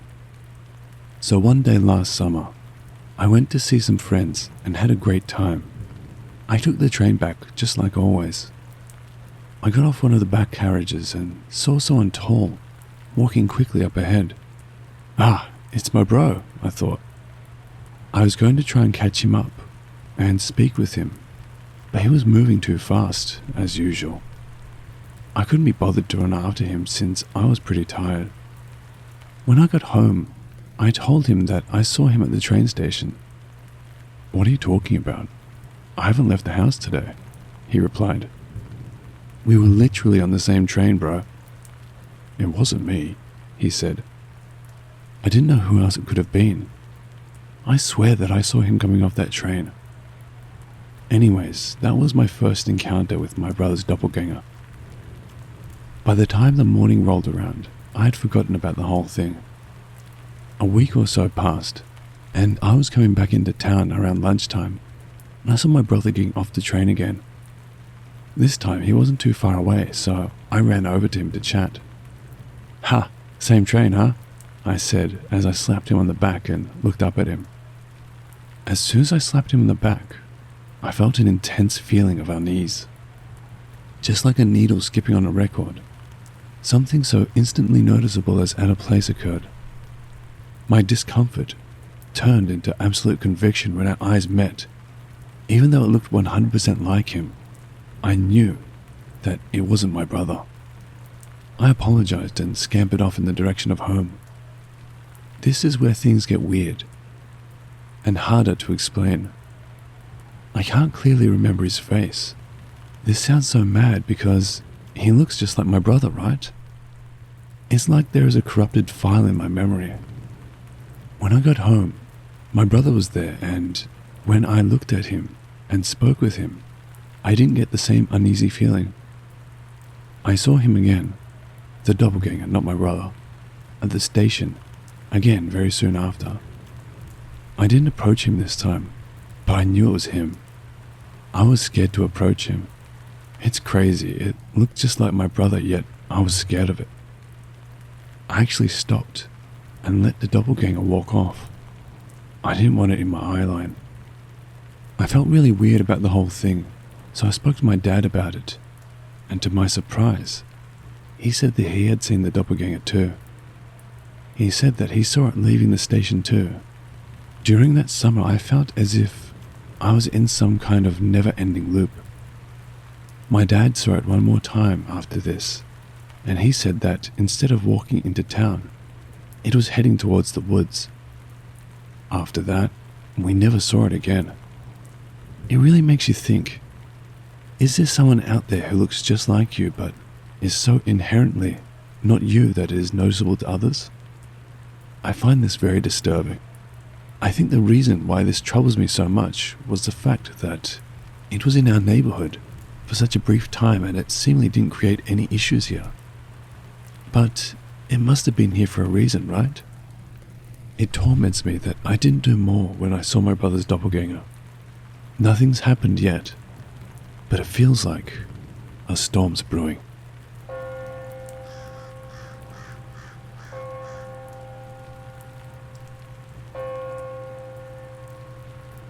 So when I was a kid, my brother and I had this babysitter named Lydia. Lydia molested me on a few occasions, but since she made it seem like a playful kind of thing, I never thought it was bad, and didn't have any issues with her until I realized what had happened when I was much older. Anyways, I was maybe 12 years old, skateboarding around my hometown when I saw a bus slowly drive by. This is important because when she worked for us, she would always take the bus home. She lived in downtown LA, and I lived about an hour plus away, in Palos Verdes, California, so there was really no reason for her to be in PV. She hadn't worked for us in maybe 5 years. So I see her sitting in the back of the bus, wearing the exact clothes that she was wearing in many of my childhood pictures with her. It was her, but it wasn't her at the same time. Something was off about her. Her skin looked different, and she had these black, beady eyes. She glanced at me for a few seconds, even though I was about 50 or so yards away, and she had this insidious smirk on her face. I remember it very clear to this day. I felt a very evil energy about it all. Semi-related, but she had also given us this cloth doll that would randomly move around and sometimes fall off the armoire it was on.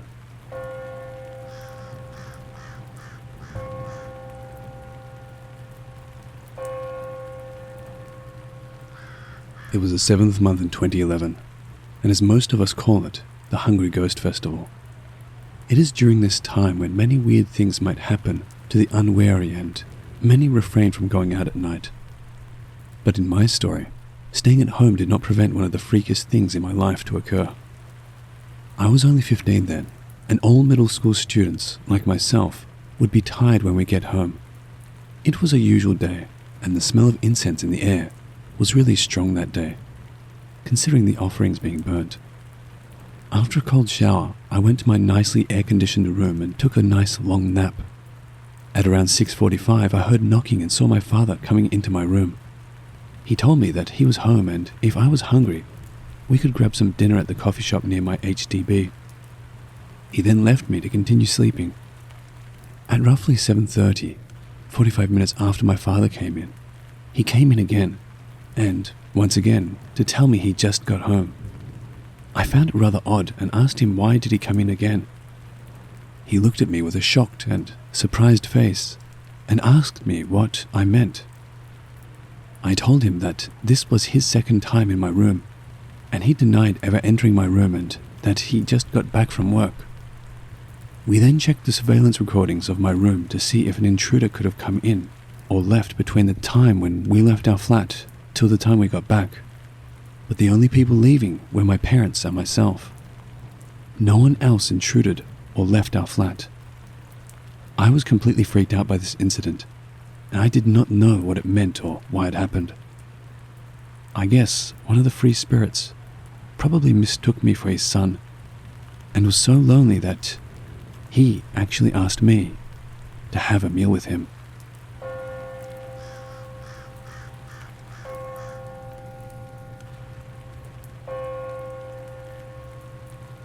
This happened 2 times one summer, about 15 years ago, with different people a month apart. First time, I was camping in the woods with my friend and her family. After dinner one night, her uncle started telling us about paranormal experiences he had in his home country.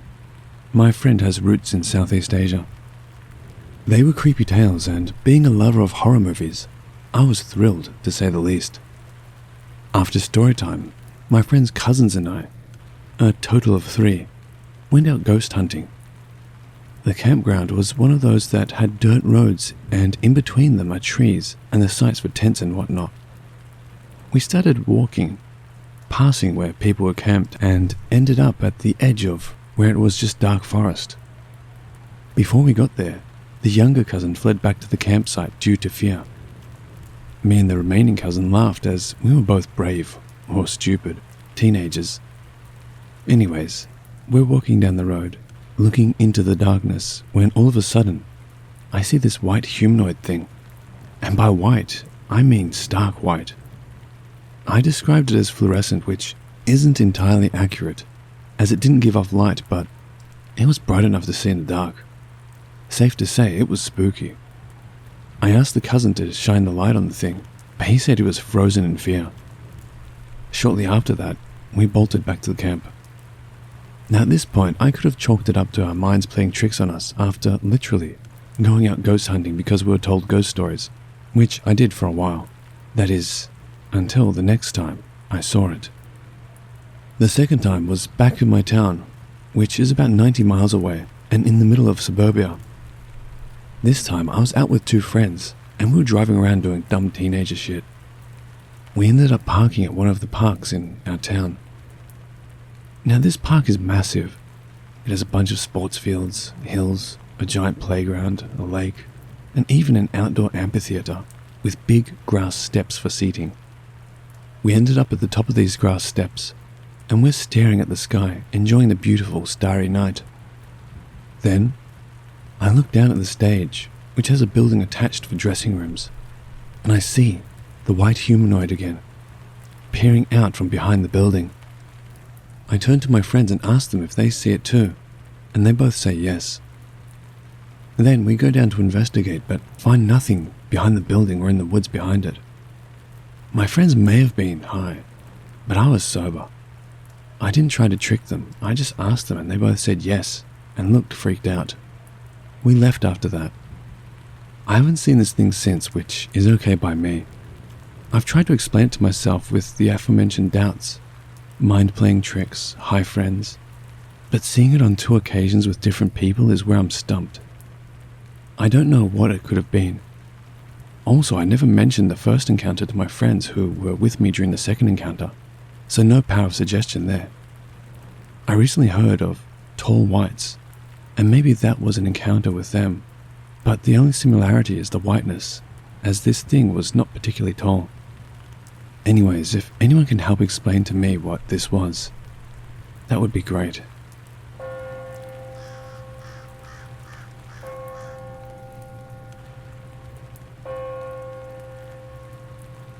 I was about 4 years old when I first saw it.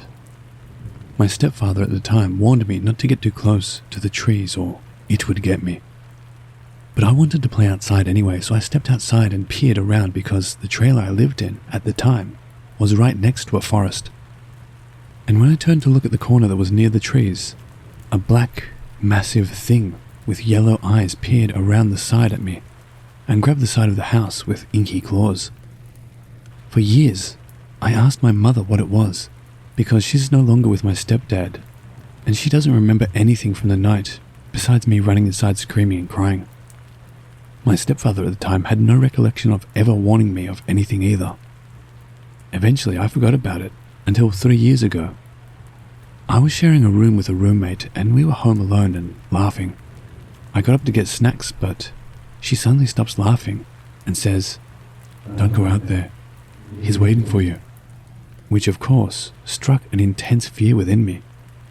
I asked her to repeat what she just said, and immediately she looked confused and said, "I didn't say anything." Obviously I was freaked out and made her leave the room first. Thankfully nothing happened, but as I lived in that apartment I dreamt about that thing crawling out of my closet and trapping me in my room. I could see it had large antlers and a body of a man, inky claws and rabbit skull for a head. It got to the point where I asked to switch rooms because I thought I was just paranoid about the closet. But then my roommate, when she took over the room, claims she woke up to something standing in the corner watching her. She described the antlers, but for some reason, it didn't bother her, so she stayed in the room. Eventually I moved to where I live now, and the back of the house is, once again, against a lining of trees. I work third shift, so when I leave for work, every now and then I get a very sickly scared feeling in my gut that it is going to come around the corner, so I run to the car. This feeling happened 2 nights ago, and I don't know what it is, but I'm afraid it's trying to find me, and it's unsettling because hardly anyone takes me seriously about it lately. It doesn't feel like a demon. It feels more than that, more cryptid-like. I've googled anything that might resemble antlers, a rabbit skull, and the body of a man. It also just looks like it dipped itself in a lot of ink and tar. I used to call it the boogeyman, but now I'm not sure. I know it wants to do me harm though.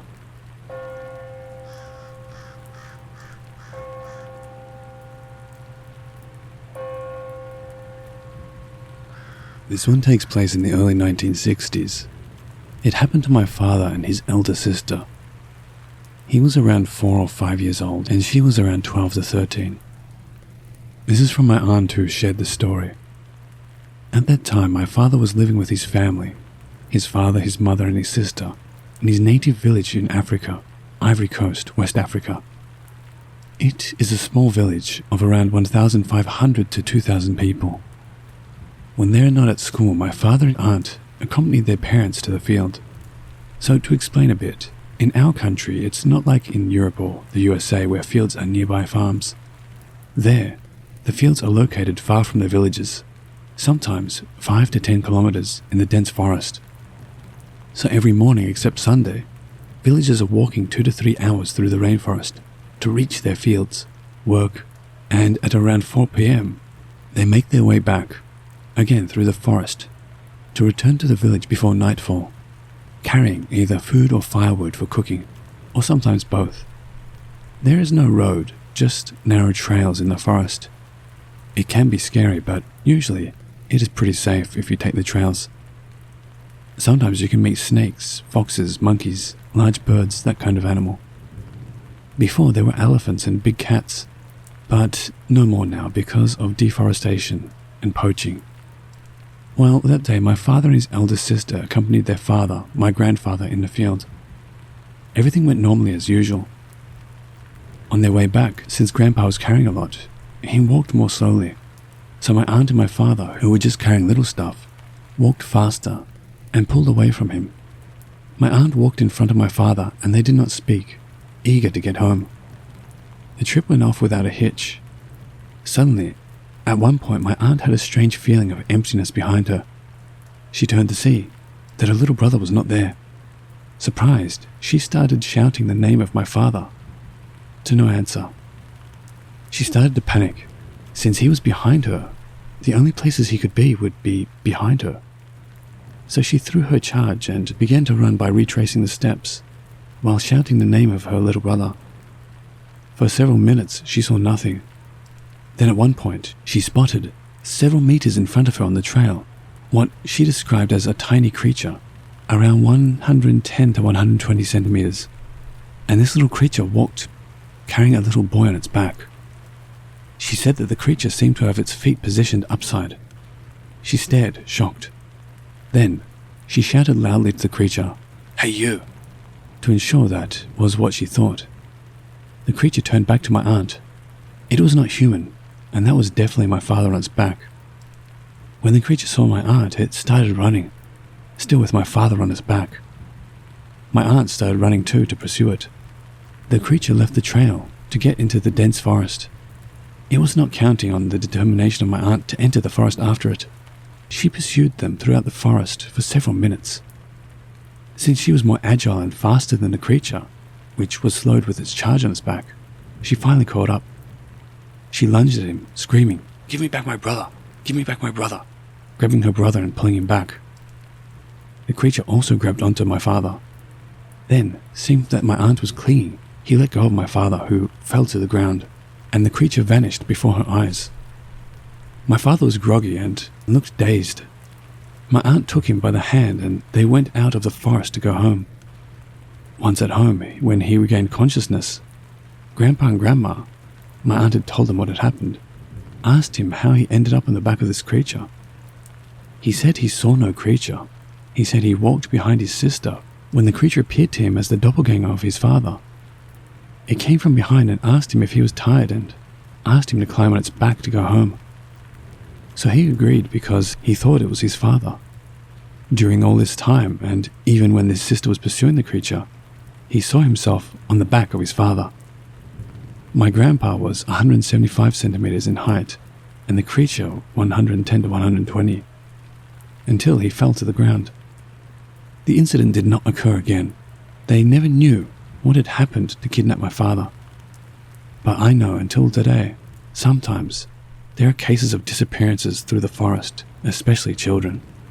When I was a little girl and I sometimes went to the fields, we were asked to stay in a group on the trail and not to respond if we heard someone call us in the forest.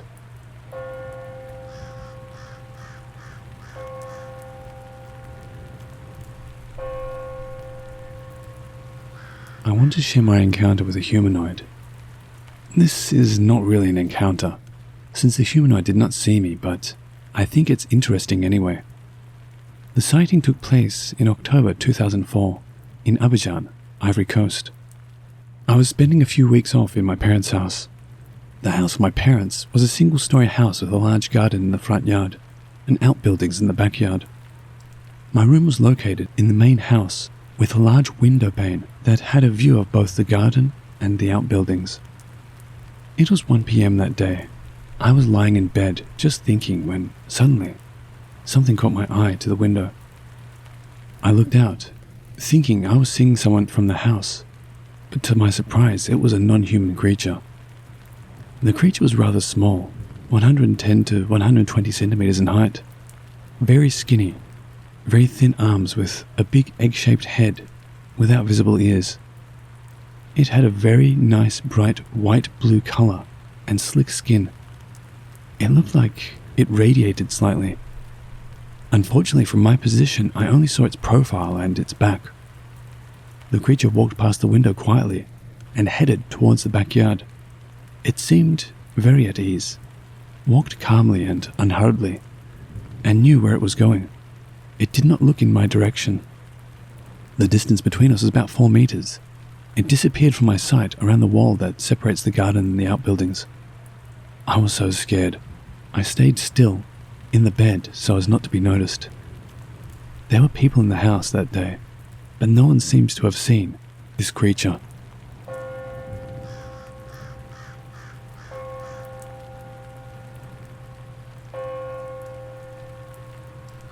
My family recently bought a beautiful but overgrown piece of land in the Kootenays of British Columbia, Canada. It's a wonderful place, but my dad is frustrated with the amount of work they will have to do to live comfortably on our land. I personally love our little pocket of untouched nature, but I'm getting off the topic. I thought it was strange that the previous owners seemed to be in a rush to sell the land, but I chalked it up to the uneven ground and abundance of plants. My family brought their trailer to the land and were staying in it, while I set up a small tent nearby since there wasn't enough room for me. Soon after we started staying there, my dad and I were comfortably sitting around the fire pit, stargazing and listening to the sounds of the land, when we started to hear the shrieks of something that was certainly inhuman, but also unlike any animal either of us have ever heard. It was a shrill yet guttural growl that was extremely drawn out and loud. My first guess was that a bear or a cougar got cornered, but listening more closely quickly crushed that assumption. I started to distinguish the growl of a small bear, but that wasn't the source of the strange shriek. It soon started to sound like a bear was cornering something, and the threatened creature was trying to make a last-ditch escape while screaming in pain. Now, I know you're probably thinking it must have been a cougar or something, but I've heard a cougar in a fight before. This was not a cougar. Its shrieks and howls sounded almost demonic. Soon after the noises stopped, my dad and I both decided it would be best to head to bed. While laying in my tent, I started to hear the unmistakable sound of a large creature roaming around our site. After approaching, I heard it settle into place, almost like it was sitting down and getting comfortable. I started to worry that the unidentifiable creature from earlier was stalking me, until I worked up the courage to peek at my tent's window. In the spot I heard the creature approach, I saw not a horrifying monstrosity, but a beautiful black bear. I would normally be afraid upon seeing this, except I made eye contact with the bear and felt an overwhelming sense of safety. I know this sounds crazy, but it almost felt like the bear was watching over us to protect us from something. Soon after noticing the bear, I heard the blood-curdling screech of the unidentifiable creature, much closer now. When the bear heard this, it tensed up, brought itself to its feet, and began to growl menacingly. Only a moment after the bear began to growl, I heard a much larger creature than the bear run off in the opposite direction. I swung my head to see where the noise was coming from, and got a glance of an incredibly large deer-like animal. I didn't get a good look at it, but I remember seeing thin, skeletal, long pale arms and legs that ended with hooves. But it was also covered in a very dark, blood-like substance, implying that it had been injured recently. When I saw this, my breath caught in my throat, and I couldn't force myself to look away. I saw the trees sway and break where it was running, and then it stopped a far distance away from our land and let out one more shriek. The few birds that were awake in that area flew away in fear, and I shuddered. I looked back at the bear, and it was once again sitting, looking at me with its kind, protective eyes. I've never been more grateful to have a bear living nearby, and no longer fear them, but respect them.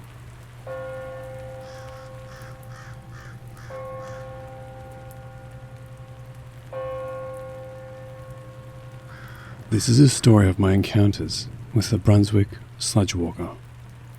My first experience was May 27th, 2016. The only reason I remember this day is because it was my best friend's birthday. I'm not really sure what time it was, but it had been dark for a couple of hours.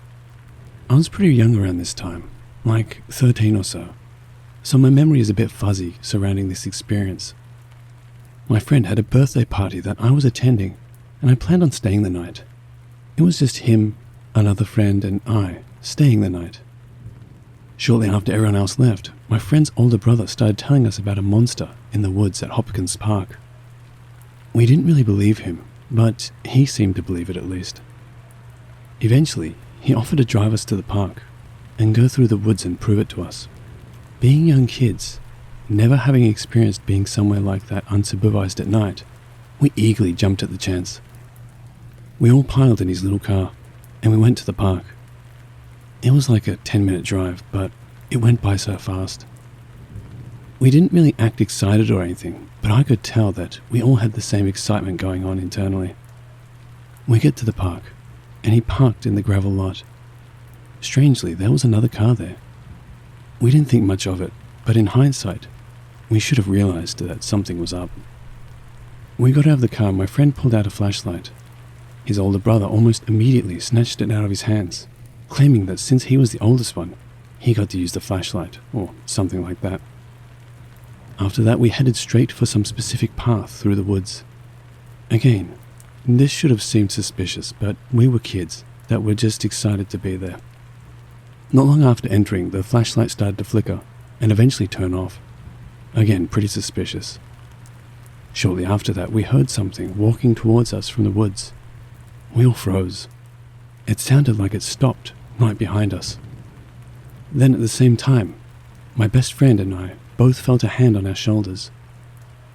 We both screamed and ran out while hearing his brother laughing.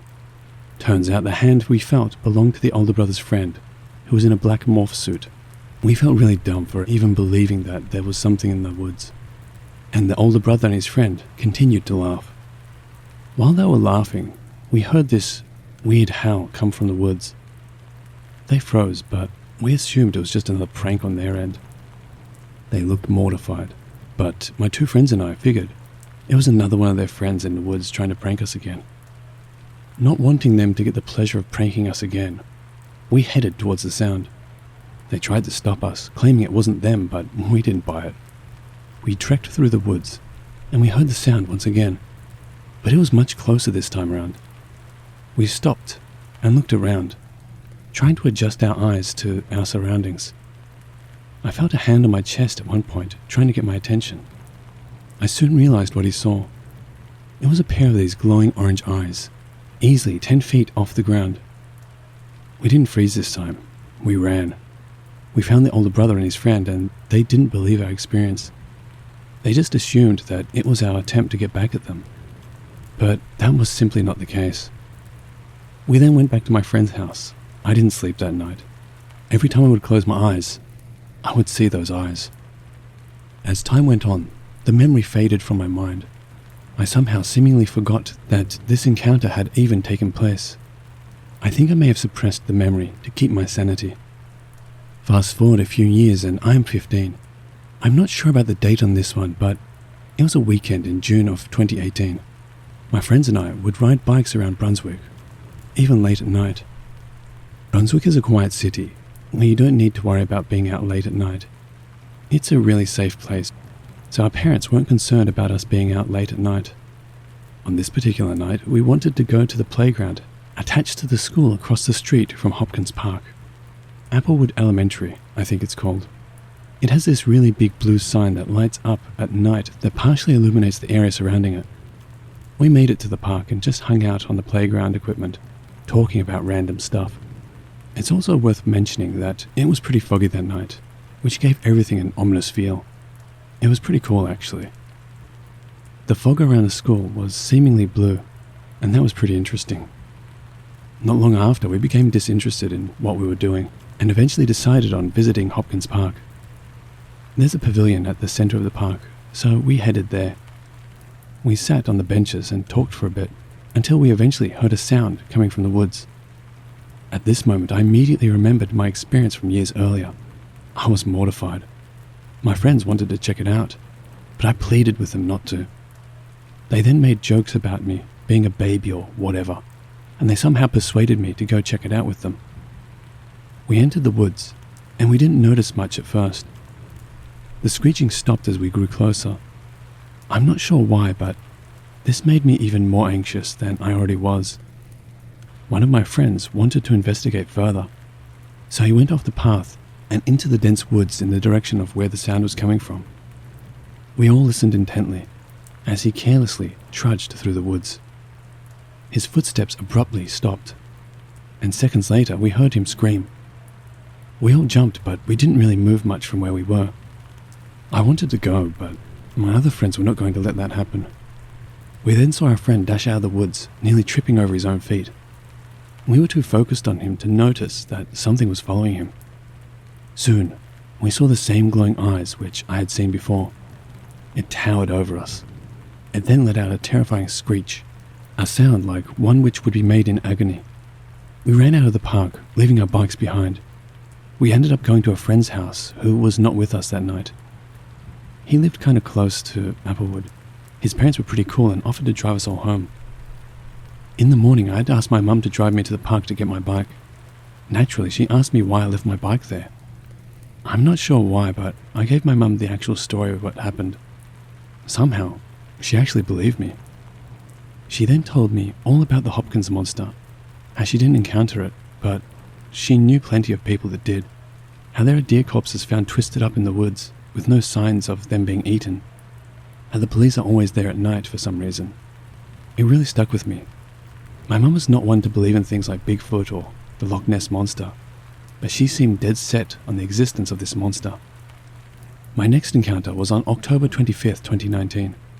It was a few days before Halloween, and my friends and I were really into the holiday. We always liked Halloween, but this year was different. We all knew this would be our last real Halloween as kids. I mean, we were all in high school, and we were admittedly a bit too old for trick-or-treating, but we still decided to go one last time. With this in mind, we wanted to make the most out of the month.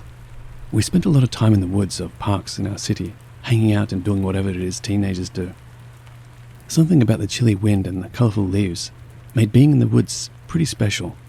On this particular day, we went to the woods of Hopkins Park after school. The last encounter I had was still in the back of my mind, but I figured nothing would happen while I was there during the day, and I was right. That day was pretty normal, mundane even. We ventured sort of deep into the woods, and it quickly became pretty dense. Soon we all began to smell an incredibly foul stench. Honestly, I've never smelled anything quite as gross as I did that day. It was my best guess as to what a rotting corpse would smell like, and I was sort of right. We walked in the direction of the smell and we found a deer corpse. I've never seen a dead deer up close before, so it was a strange experience. On top of that, its body was twisted up in a strange way, almost unnaturally even. I then realized that it hadn't been touched by any predatory animals, as far as I could tell.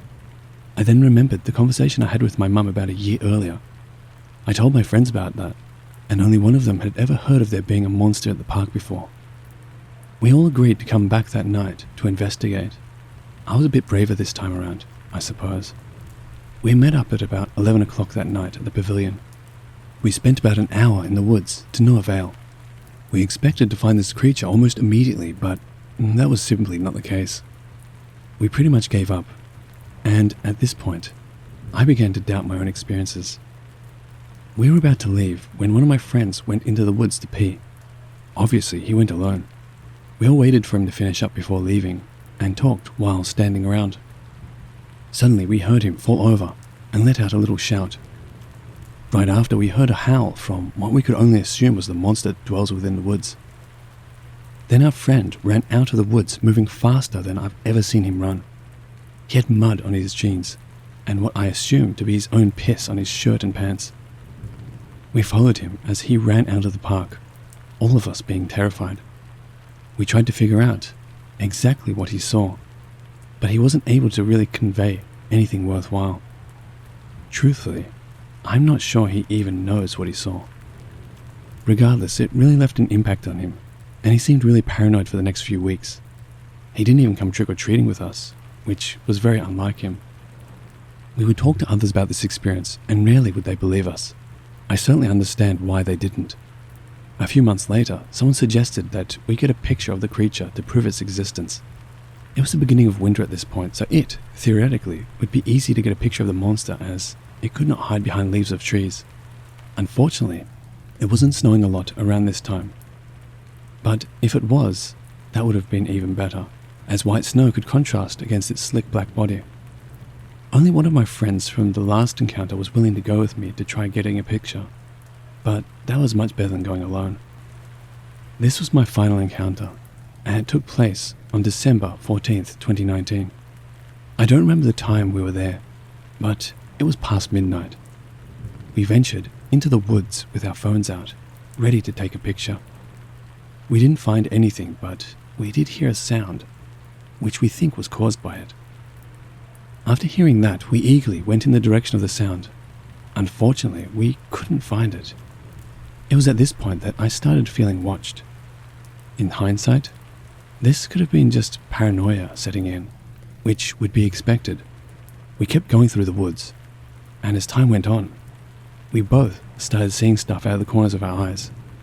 At first, it was minor things like trees moving abnormally, but then it evolved into seeing glowing eyes or even the shape of the creature.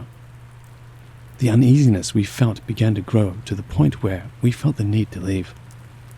We were disappointed that we didn't see it, but relieved to finally leave. We put our phones away and headed towards the exit of the woods. Just as we exited the woods, we heard something run towards us. We instinctively ran, and I thought to pull out my phone. Looking behind me as I ran, I took a couple of pictures. Only one was worth viewing, as it was not blurry. The picture I took can be seen on screen now. It was taken pretty close to the gravel lot. This was the last time I went to that park, and I don't think I'll ever go again. I have the proof I wanted of this creature's existence, and that's all I wanted. I feel like this can go without saying, but I don't recommend anyone going to Hopkins Park in Brunswick at night.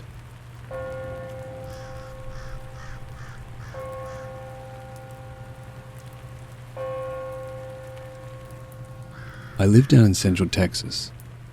It started with a friend of mine, Luke, needing a ride back to town from Houston. He's like family, so I went and brought him on back. He stays kind of near the Dripping Springs area. Before he was in Houston, he and I always heard some strange sounds at night on his property, but we always shrugged it off.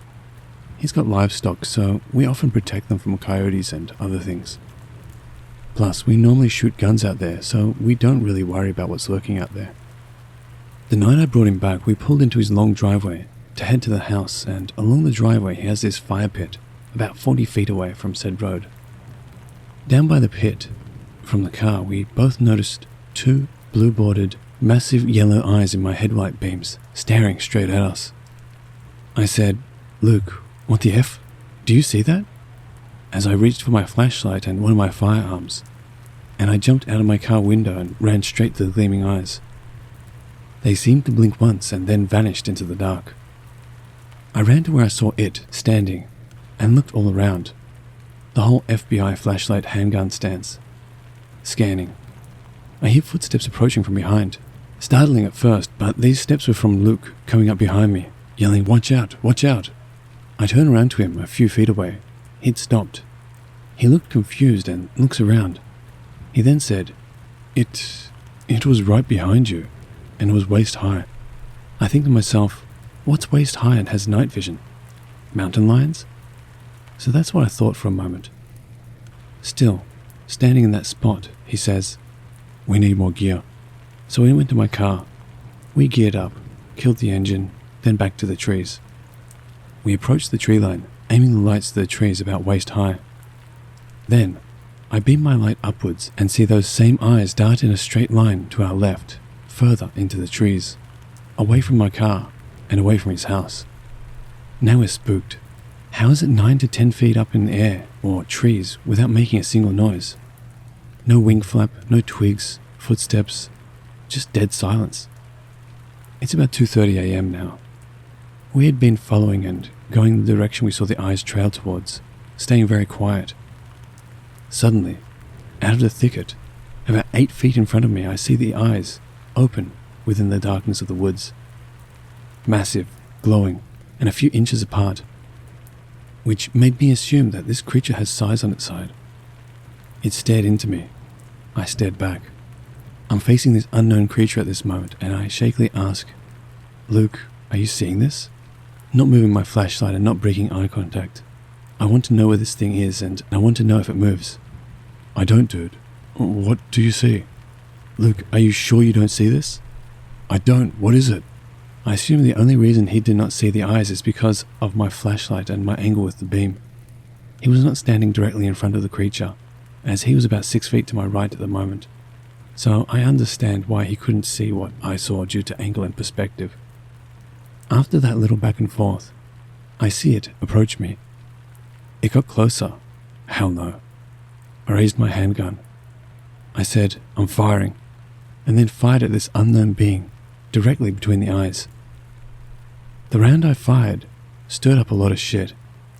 We heard a very short but low-pitched growl or grunt, followed by what sounded like something very heavy, easily heavier than myself, knocking into a couple of the trees around it.